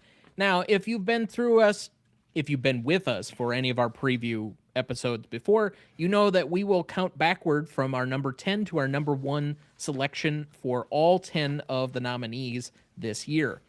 So starting at number 10, we'll read off each of ours. When we have both read the same name, we will cross it off the list and we will discuss that individual film. All right. Would you like to go first or second here to alternate? Oh, I will go first. Okay, so what is your number 10 then? The Secret Agent. Yeah. It took me 3 attempts to watch it before I finally managed to get through and figure out what the hell was going on. Okay, so that is also my number 10. It is the strongest, most visceral reaction I had to any of these 10 films all year, and it was negative. Because, and I think I was wrong to have quite so negative of a reaction, but as much as people were building up this film for me going into it, and I was seeing it ahead of most of my friend group and my community, when I went into it, I'm like, okay, sure, I can get into this. Even the weird, like, stories and that, like, fleshy leg thing hopping around, which, okay, fine. I could even bear through that. My visceral reaction is pulling the rug out from under us at the end of the film. When they just completely, because I kind of got invested in the film through most of it. I felt betrayed when they just said, "Oh, well, we're not going to tell you what really happened to this guy." So you took me through 3/4 of a film to not give me the ending that I needed? Yeah. And then it was because of the framing device? Like, what the fuck? Like, I get it now in hindsight as I've more analytically approached it and tried to, like, piece it out over the course of the last probably 8 weeks. But still, I'm just... It was the one that I felt the most betrayed by. It was by far the one I was putting it at number 10 because I didn't care for that ending at all. No, I just kind of went. Yeah, I knew you had a lot of difficulty with it because I think, what was it, 25 minutes in, you were visiting me on while you were trying to watch it, and you're like, I think I need to restart this over. It doesn't make any sense to me. And I said, it won't help. I even read the plot summary online, trying to see if that would help. It didn't. It made it. Nope. It was actually more confusing after I read that.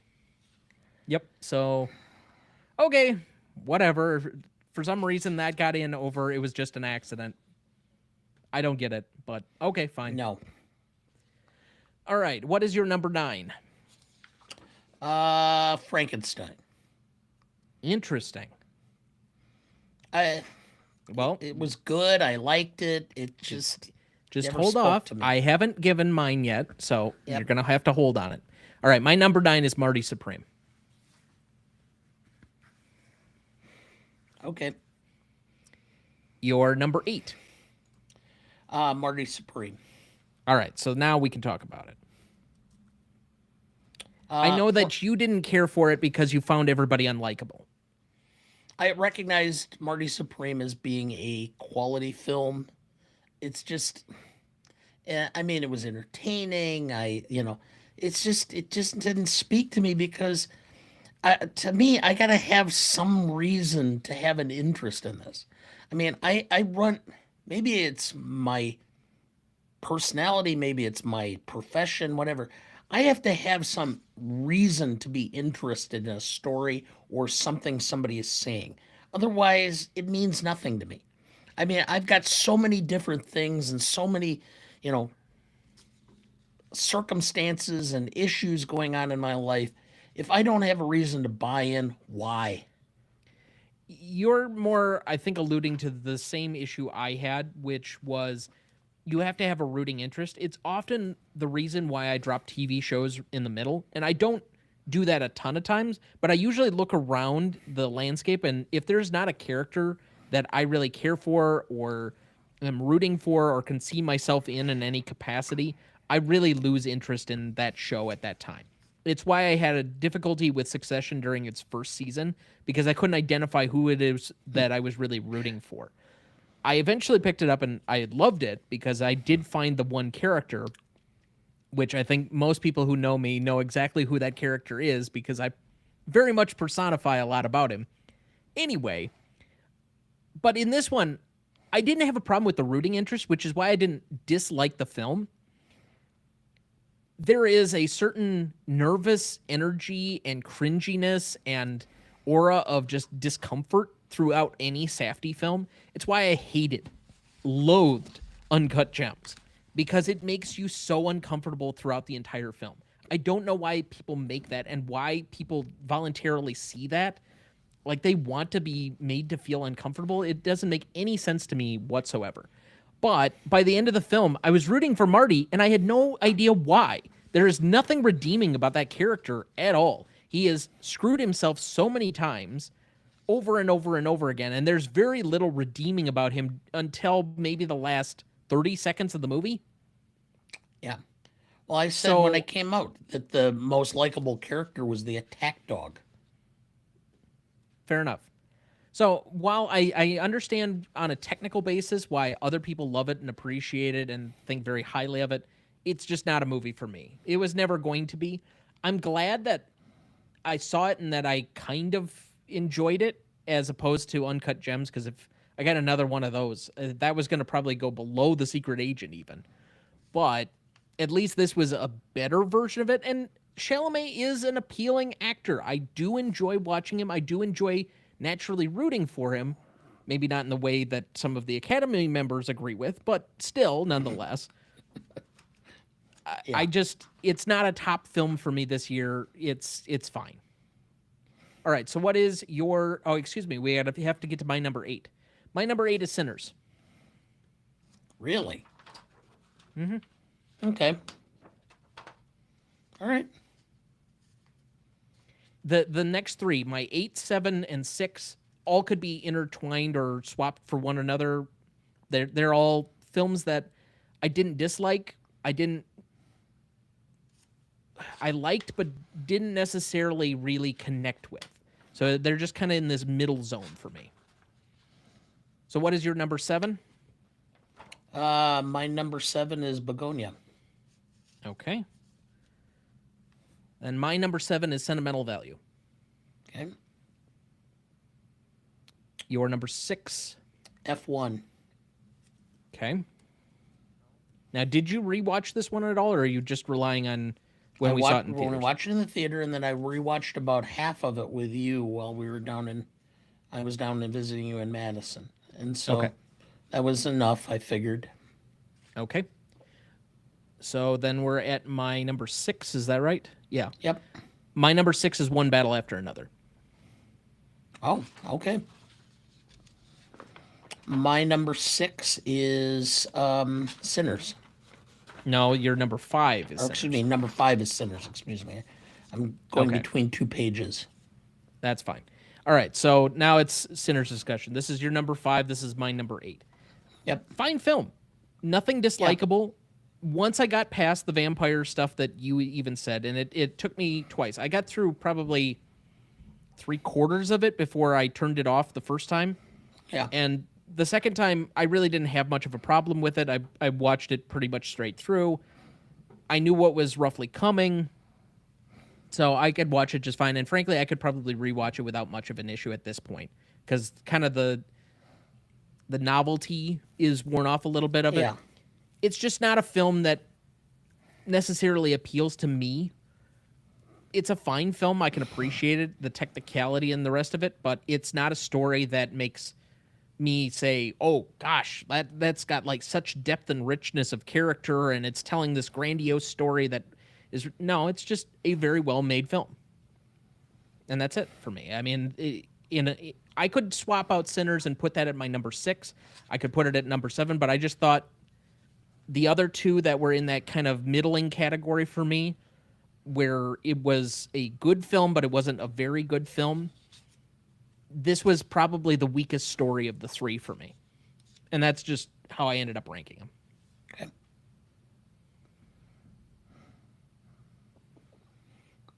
All right. Your thoughts on Sinners? Well, I liked it once I figured out that it was an appropriations film, and what the real meaning of it was.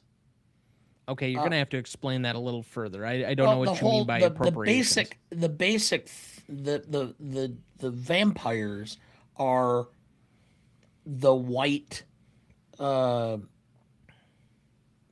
evangelist or the white settlers coming in and appropriating black culture. That was what the whole purpose of the thing was. It was ultimately about vampires sucking the belief. That's why they wanted the musician, because they wanted to take his talent in blues and appropriate it for themselves.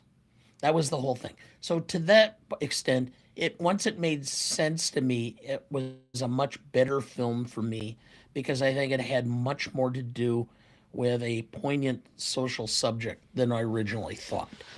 And that's where it rose and ranked to me. So it went from being a bottom of the 10 to being up that high based on that. And so I had much more appreciation for it then. Although, it had some holes in it as far as I'm concerned as to what, how, why it took place, when it did, etc.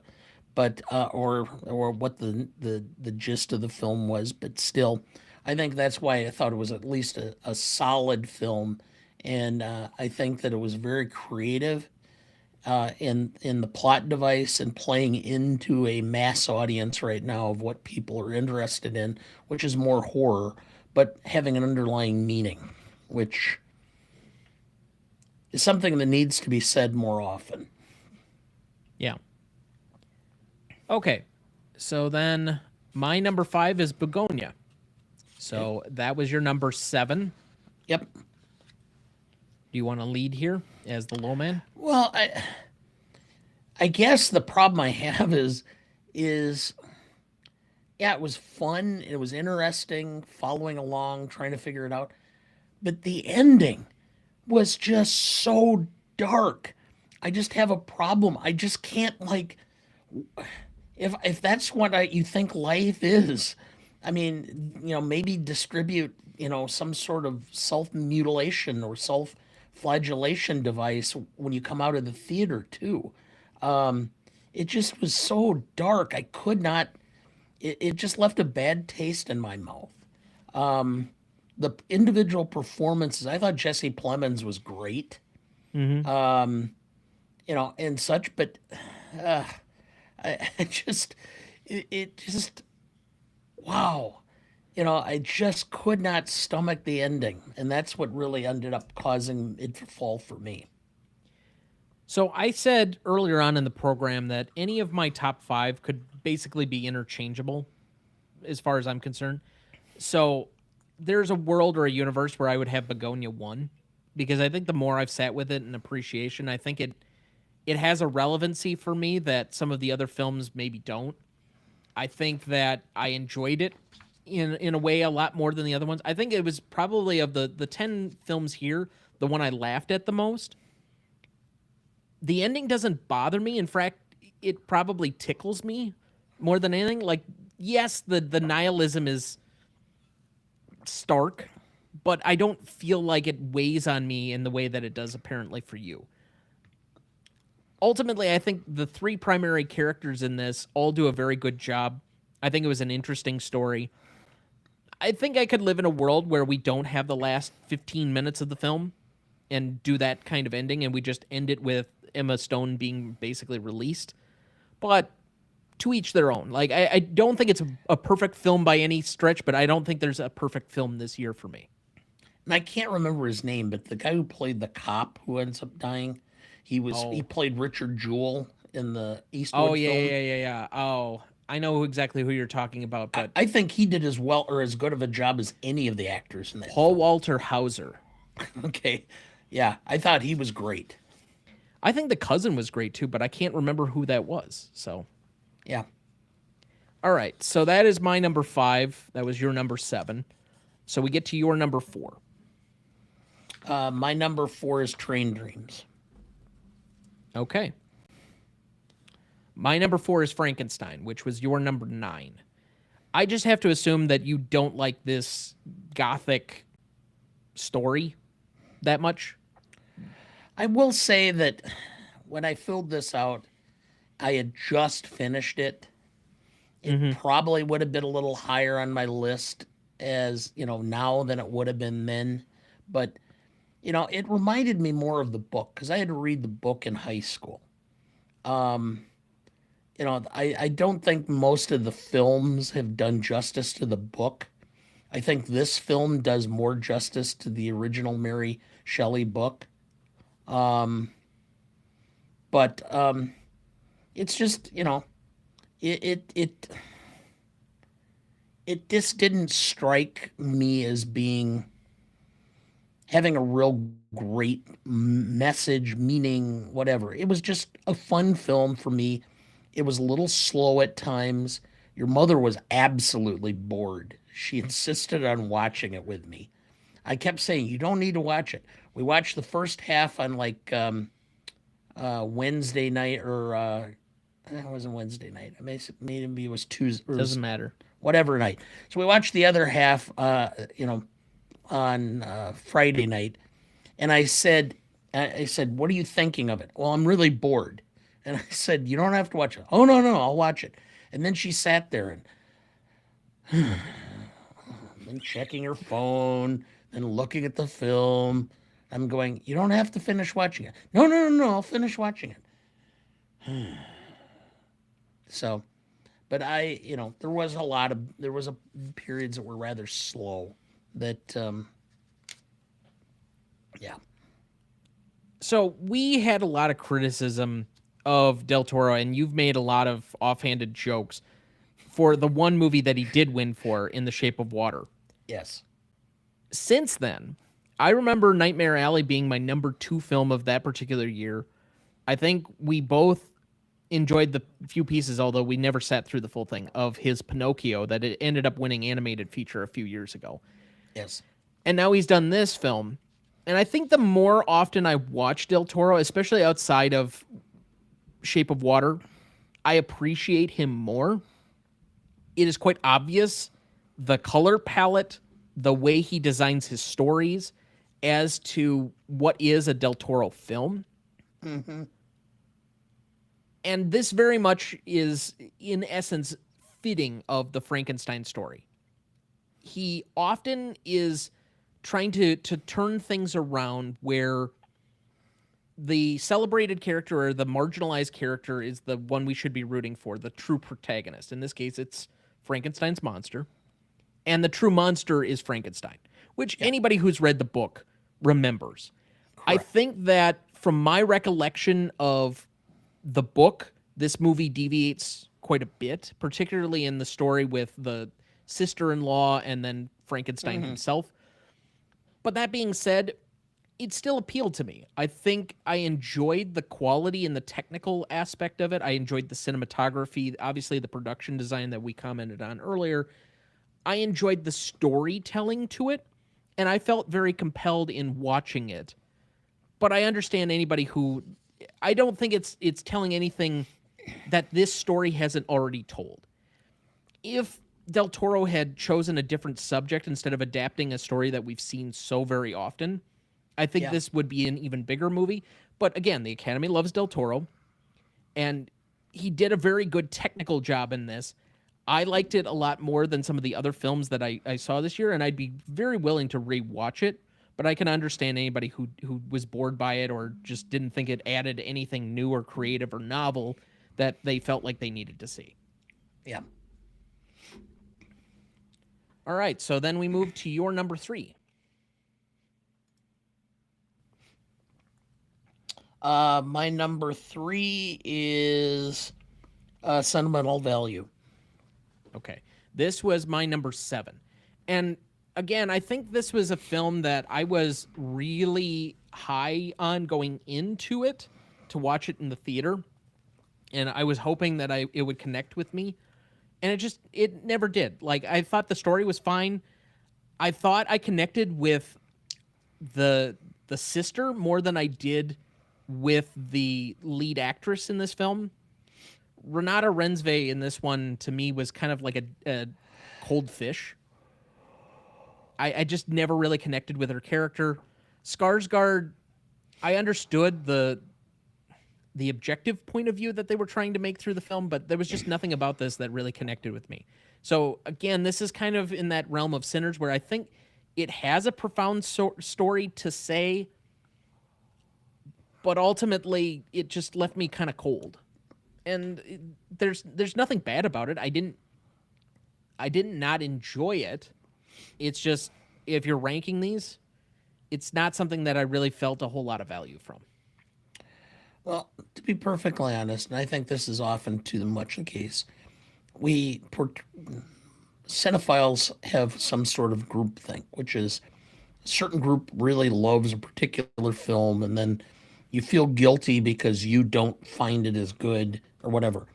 In the real art world, this is the common thing. There are artists that really people enjoy, that they feel the emotions that the artist is trying to portray.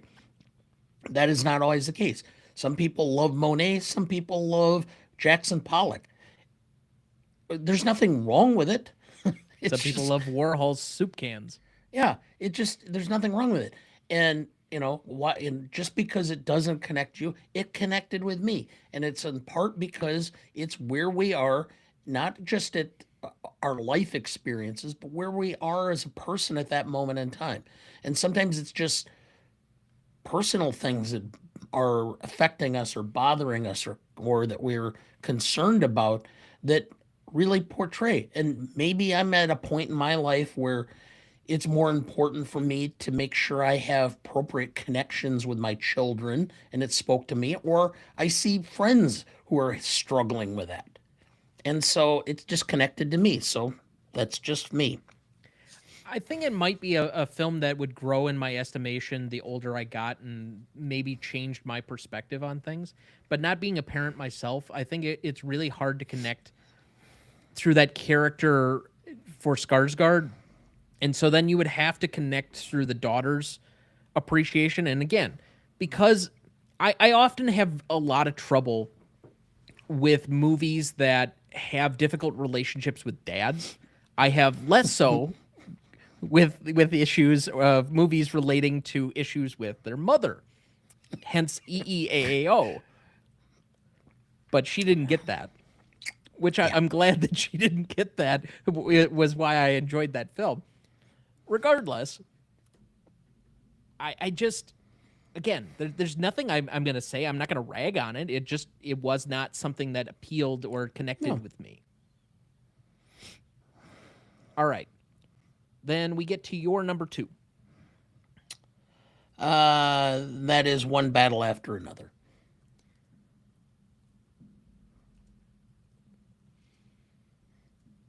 God damn it. Your number one and mine are the same, huh? Uh-huh. All right, my number 2. Oh, wait. We've now named One Battle After Another together. So this was your number 6. This was my number 2. Or excuse me, No, the other way around. other way It was around. my number 6. It was your number 2. Yep. I knew this appealed to you a lot more coming out of the theater. Again, this is one that I laughed at. I appreciated. Of all the Paul Thomas Anderson movies not named Magnolia, this is probably the next closest one where I really appreciated it. Magnolia, I have a emotional connection to. This one, not so much. I think this is much more of an objective. It's supposed to be much more comedic. I love the Sean Penn character, even though Oh he's yeah. like reprehensible and repugnant. I think Well, the notion of the Christmas adventures is fun and could be iconic in years to come. But there's nothing about this that I really felt was exceptional. I thought it was really good. It was not exceptional. And I think because of the added pressure of it being the front runner and everybody saying this might be Paul Thomas Anderson's best movie, I think it colored some of my interpretation of it a little bit. I did rewatch this one. I rewatched Sinners. I rewatched a couple of these. But it didn't really move the needle at all for me on the second watch at all. And so it's at my number 6, just below where I would start to interchange what were my top 5. But yeah.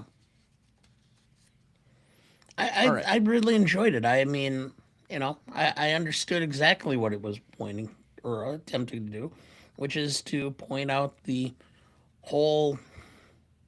I mean, it was in large part a. It's a film about race. It's a film about politics. It's a film about willing to put yourself out there to fight for a belief or a cause.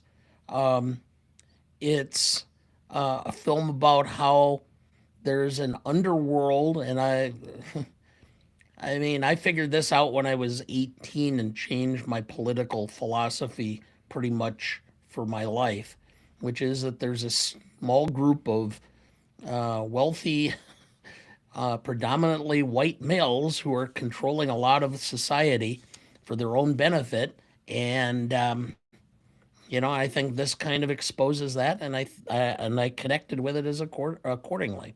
So Fair enough. I mean, obviously everybody's mileage will vary. I know there are people out there that enjoy this a lot more than I do. To each their own. Again, I didn't dislike anything really about the film. Just wasn't exactly my cup of tea. I don't know if I really feel the need to return to it for at least quite a while. Yeah. All right, my number 2 is F1. This was your number 6. So as the low man, I think your number 6 is reflective of how it was when we walked out of the theater. We said that was good. It wasn't great. It was mildly poorly acted at times, but it was at least a fine and a fun film. To see it here at Best Picture is kind of interesting, but I'll let you speak for yourself. To be honest, I mean, I thought that Brad Pitt mailed it in. Okay. I don't think he really, it's like, hey, they're going to pay me a shitload of money. I'm going to make a ton of money as an EP on this. I'm just going to show up and be Brad Pitt and kind of smile and, you know, do it. Javier Bardem was by far the best part of this film, other than Yeah. the visuals. He was Yeah. fantastic. I don't even And the think fact that, yeah, the secondary actor or the secondary driver was all that great. Like, no, but Carrie no, Condon to me, other than Bardem, like I think she's probably the best yes. thing in the movie for me, and then it's Bardem. But I thought I she was get it. good, but I really liked Bardem. He just had this. There was a quality about him that was professional, but yet, as far as what he was doing for the thing, but it was personal, and that portrayed throughout the part to me. And so I thought he was great. I agree with you. There are various parts of this film, although again, it feels like a lot of that was stripped out for the version that's currently on Apple, less than what we saw in the theatrical version at the time. And you can go back and watch my comments. I think it was last June or something. It was tacked on at the end of one of our episodes to hear my original review in the moment. But when I went back and rewatched this, it kind of has the same effect for me that Top Gun Maverick did a couple of years ago, where I watched it at the time and I'm like, okay, this is fine. Like, okay, sure. It's enjoyable, but it's not exceptional by any means. But of any of the films that year, I think it's the one I've by far watched the most often. And I feel like F1 is likely to be that for me because on the rewatch, I'm like, this is really freaking entertaining. Like, Yeah, it's a decent sports movie. I don't give a fuck about F1 any other time, but I could watch this again. I would have no problem watching this 3 or 4 more times. I don't know what it is about Kaczynski and how he does his films because I just literally mentioned both of the 2 films that he's primarily known for, but they're very highly rewatchable. So it's at my number 2 because it's just entertaining. I could feel myself rewatching it quite often and I'd be yeah, just fine with that. But ultimately, your number 1 and my number 1 are the same because there's only one film left for both of us. You know what? I don't think we discussed Train Dreams because that was my number 3, and somehow we must have missed it yeah. or skipped it or something. All right, so let's get to that one before we get to our mutual number 1. Train Dreams is at my number 3. This is a film that when we first turned it off, I'm like, boy, I feel like I just took mushrooms. But I think it's grown with me over time. I think the perspective of the cinematography was a lot to get used to the first time through. And I'm not a person that really enjoys a subset of micro history. I much more enjoy the macro. So something like Oppenheimer is going to usually appeal to me a lot more than the story of a logger out in the Pacific Northwest who loses his home in a fire and is dealing with his own tragedies and whatever else. But there's just something over time about this movie that just kind of grows on you. And it moved up my list slowly but surely as some of the other ones I kind of pushed down. It is, in essence, the fact that everyone's story, no matter how small or seemingly inconsistent, Mm-hmm. or not inconsistent, but um, small and Insignificant. insignificant, has its own beauty Sure. and has its own power.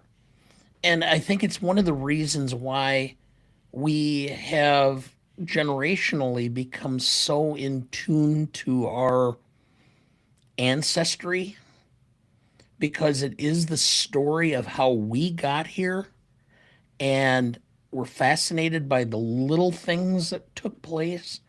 You know, um, my or your mother's family or on her dad's side, they were Mennonites and they had to flee and they came over on the boat and they had to survive and they could only, they had to pack enough food to get across, etc., and how they did it and the hardships. Those are the stories.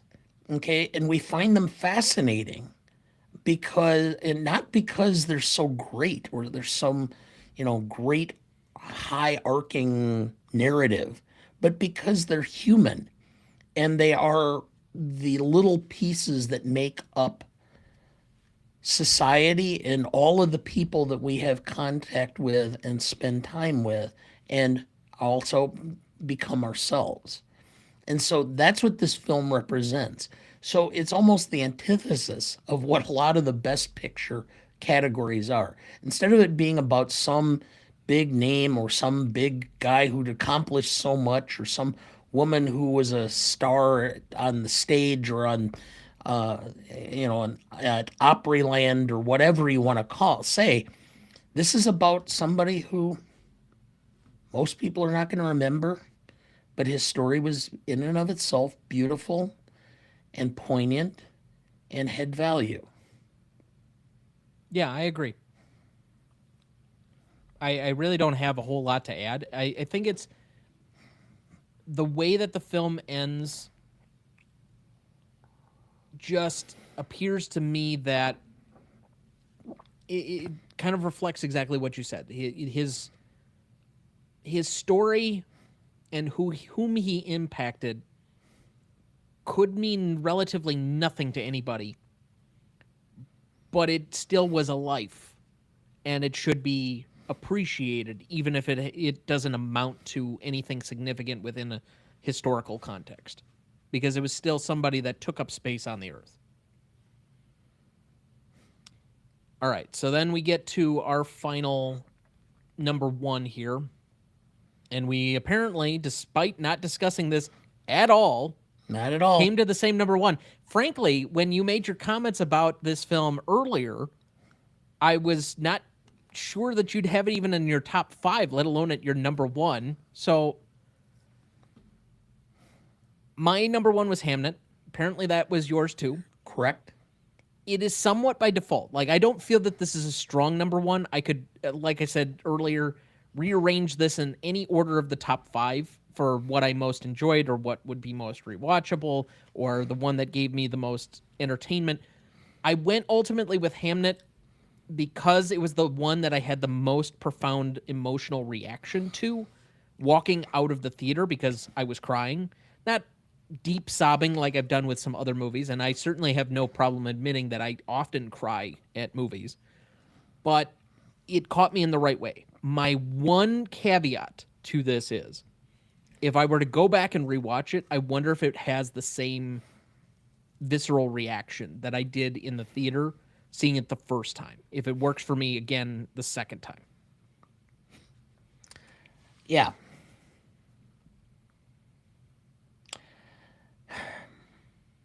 So much of art is created as a result of pain. Yeah. Because art becomes an outlet to release pain or to express your pain or however. And there is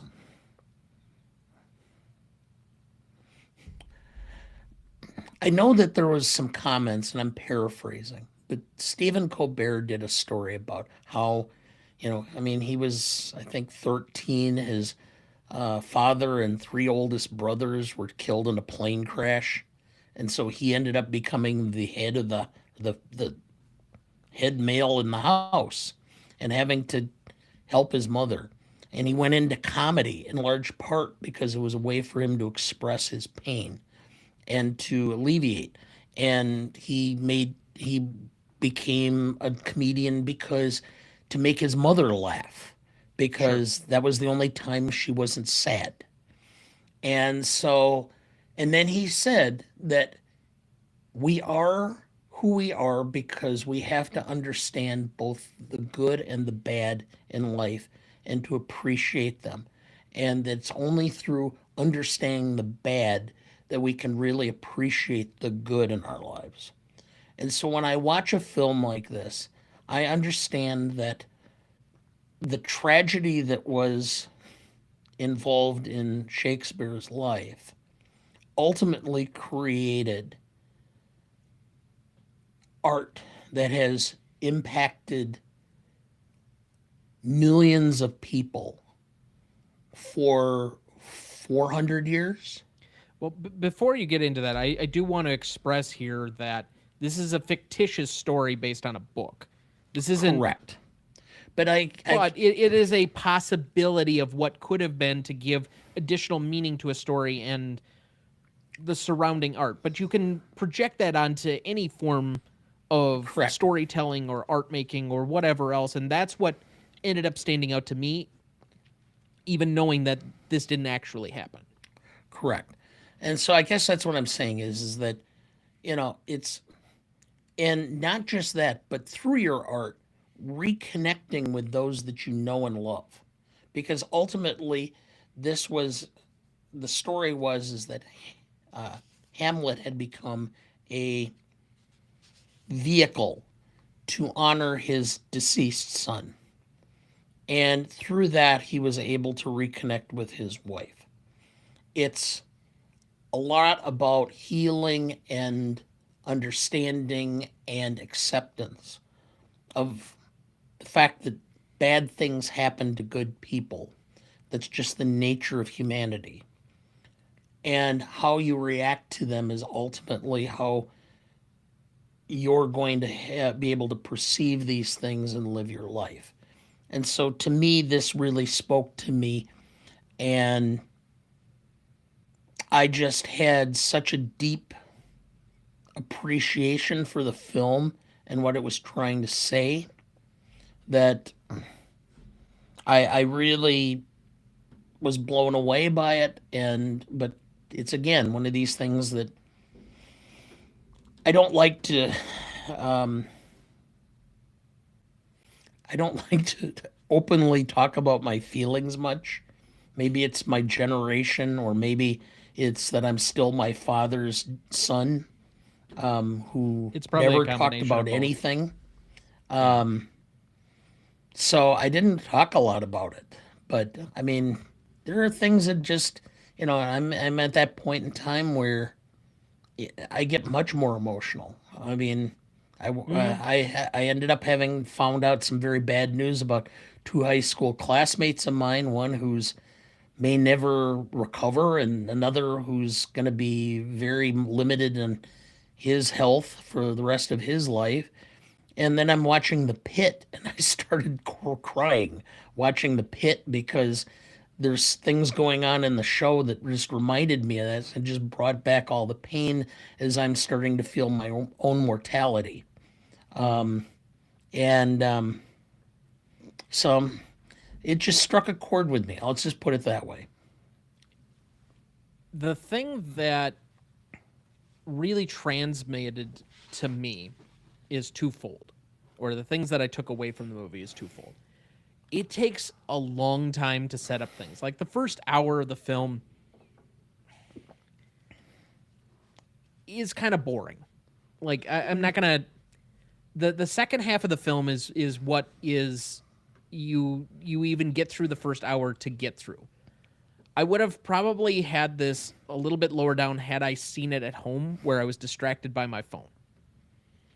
So seeing this in the theater, I think, was the perfect setting for me. But it's two things. One, how much we're haunted by the ghosts of the past and the people that have left us, but that leave certain lingering presence around us at all times. I think this movie is very much about those ghosts that are still with us, whether you believe in actual ethereal ghosts or just the metaphorical haunting. I think they're still apparent in all of that. And I think very much this movie is grief through their presence represented. because a lot of what Hamlet is about, at least from my understanding of the play, is that fact of ghosts and what they do in to us that are still living. But the other part, and this is the more profound piece to me, when you go through such an emotional upheaval and tragedy and the rest of it, it's very difficult for you to accept that anybody can feel the pain that you're currently going through. You think that, yes, maybe they have some level of pain, but they can't be experiencing it nearly as intensely as you are. Yeah. And the flight of emotion that Buckley goes through on screen to represent that, where she's almost put herself off on an island. To me, where this story shines is in the last few moments, because Shakespeare comes at it from a standpoint of, I need to let her know that I'm going through it too, that she is not actually alone, that her pain is not isolated, that she can at least find solace and appreciation in a shared tragedy. And so he uses art and storytelling in a way that is representative to reach out to somebody who's truly at the bottom ebbs of her emotional state, to try and at least say, I feel what you're feeling and you're not alone. And to me, that's where I got value out of this movie. Considering Chloe Zhao's last film, if Well, you didn't she, see Chloe Zhao's last film, but okay. oh, what was it? It was a Marvel film called Eternals. Oh, well, and I didn't. What was then the one before that? Yeah, the one she won Best Director for in Nomadland. Yeah. It's so much about eternal feelings and isolation and such. I'm curious to see what her next project is going to be, because It may end up being everything her seems theme. to be, yeah, it just seems to be that she has some knack for like channeling into some hidden emotional state that people tend to bury. Yeah. So anyway, Now, before we finish up on this, did Mom watch the film? Hamnet, yes, Did she like it? she said she did. She didn't spend any time on her phone, Okay. so That's at least something. yep. Just was curious more than anything. All right. So we have one thing left to do, but let's quickly recap both of our lists. So for you, you had The Secret Agent at number 10, number 9, Frankenstein, 8, Marty Supreme, 7, Begonia, 6, F1, 5, Sinners, 4, Train Dreams, 3, Sentimental Value, 2, One Battle After Another, and number 1, Hamnet. My list was number 10, The Secret Agent, number 9, Marty Supreme, number 8, Sinners, 7, Sentimental Value, 6, One Battle After Another, 5, Begonia, 4, Frankenstein, 3, Train Dreams, 2, F1, and number 1, Hamnet. I find it interesting that the end of our list and the top of our list are the same, and none of the middle matches up at all. Well, again, we can be father and son, but we also have different life experiences and are a very different point in our lives. All right. So, with that, what will win Best Picture? You are up, sir. Oh, One Battle. Okay. This is where I'm.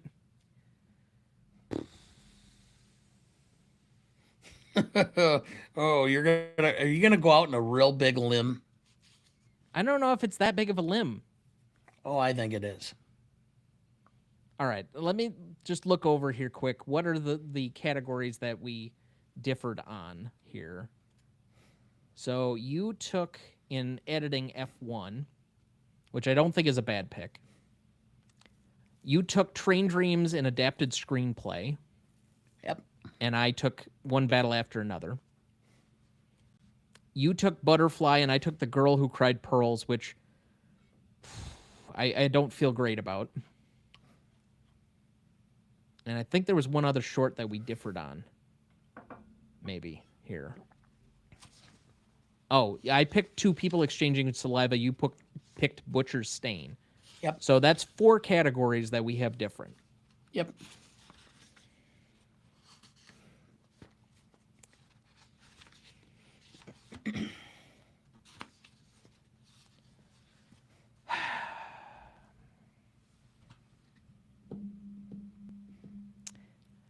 All right. Fuck it. Go with what I had written down. I had Sinners written down. Okay. If it comes to the end of the night and this is the last thing, because that makes 5 different categories that we're separated by. And it's whichever of these 2 primary films are the big films of last year that ends up winning. That's at least an entertaining Oscars for the 2 of us. Yes. It'll keep it interesting throughout the night. So, any remaining thoughts for the preview? No, I did enjoy getting through the films, and there are a couple that I would like to go that I did not get a chance to look at that were in the category that I'll probably try and watch before Sunday night, but we'll see. I still have to get this week's show movie for our show watched, and then at some point in time I have to do Last Tango in Paris for another show. So we'll see, and so I'm enjoying that. And to be honest, I am looking forward to the Beloit Film Festival. I'd originally thought they were going to start on Wednesday, the 25th of March. Actually, they're not starting. They're doing a magic show that night, and then they're not starting the films actually till Thursday, the 26th. So I think we're going to go down early on Thursday morning, and so I'm looking forward to that, and I'm looking forward to the Wisconsin Film Festival in April.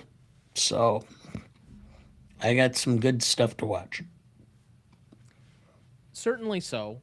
So, for the purposes of this episode, we have The Searchers coming out this next Wednesday. We're going to be recording this week on V for Vendetta. Those are the next couple of episodes we have up. And then we have Inside Man, which is a Spike Lee film, but was originally supposed to be a Ron Howard film. It's an interesting one that I think you might enjoy. It's kind of breaking it up as we get into some more modern films after our early escapades in the 20s and 30s to begin this year. Yeah. Also, the St. Elmo's Fire episode, that is your punishment episode, is up as of yesterday. I would encourage people to go watch that. I actually had you laughing pretty hard. Yes, and a few spots you definitely did. And then finally, we're going to have a post-Oscars reaction show the Monday after the Oscars, roughly at 7 p.m. So we're going to go live yet again. At that point, just some very basic stuff. We might have a few of your favorite guests stopping by for that one. I know that at least one person has said that they are confirmed to be in on that. But otherwise, I don't really have a whole lot else here. I mean, I'm going to enjoy the Oscars. I'm going to enjoy the fact that this year I don't have to get off of a plane and miss half the Oscars and then drive 5 minutes to my friend Jeff's party just so that I can see the back half.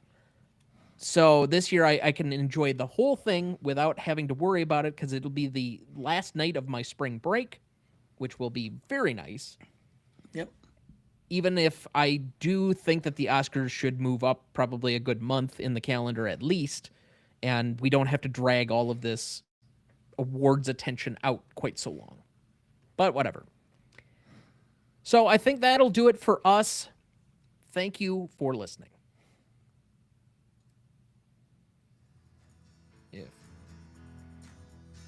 I do wish we could stay longer, but I'm expecting a friend for dinner. We don't have anything coming up next week, so you can tune into our live show for the post-Oscars reaction episode that's going to be going on the Monday night after the Oscars. That's the 16th at 7 p.m. Central Standard Time on the @GMOAT YouTube channel. But otherwise, please like, follow, rate, and review, or whatever on whichever platform you have so that more can join in on our fun. You can also email the show at RonnieDuncanStudios.com or at greatestaltimemoviepodcast@gmail.com, or find us on YouTube, Instagram, Twitter, Letterboxd, Threads, Blue Sky, or TikTok at the handle @GMOAT Podcast. The Greatest Movie of All Time is a production of Ronnie Duncan Studios. Our show is mixed, edited, and written by Thomas Duncan. Our music is thanks to Purple Planet Music. Our distributor is Captivate FM, and our technical provider is Riverside FM.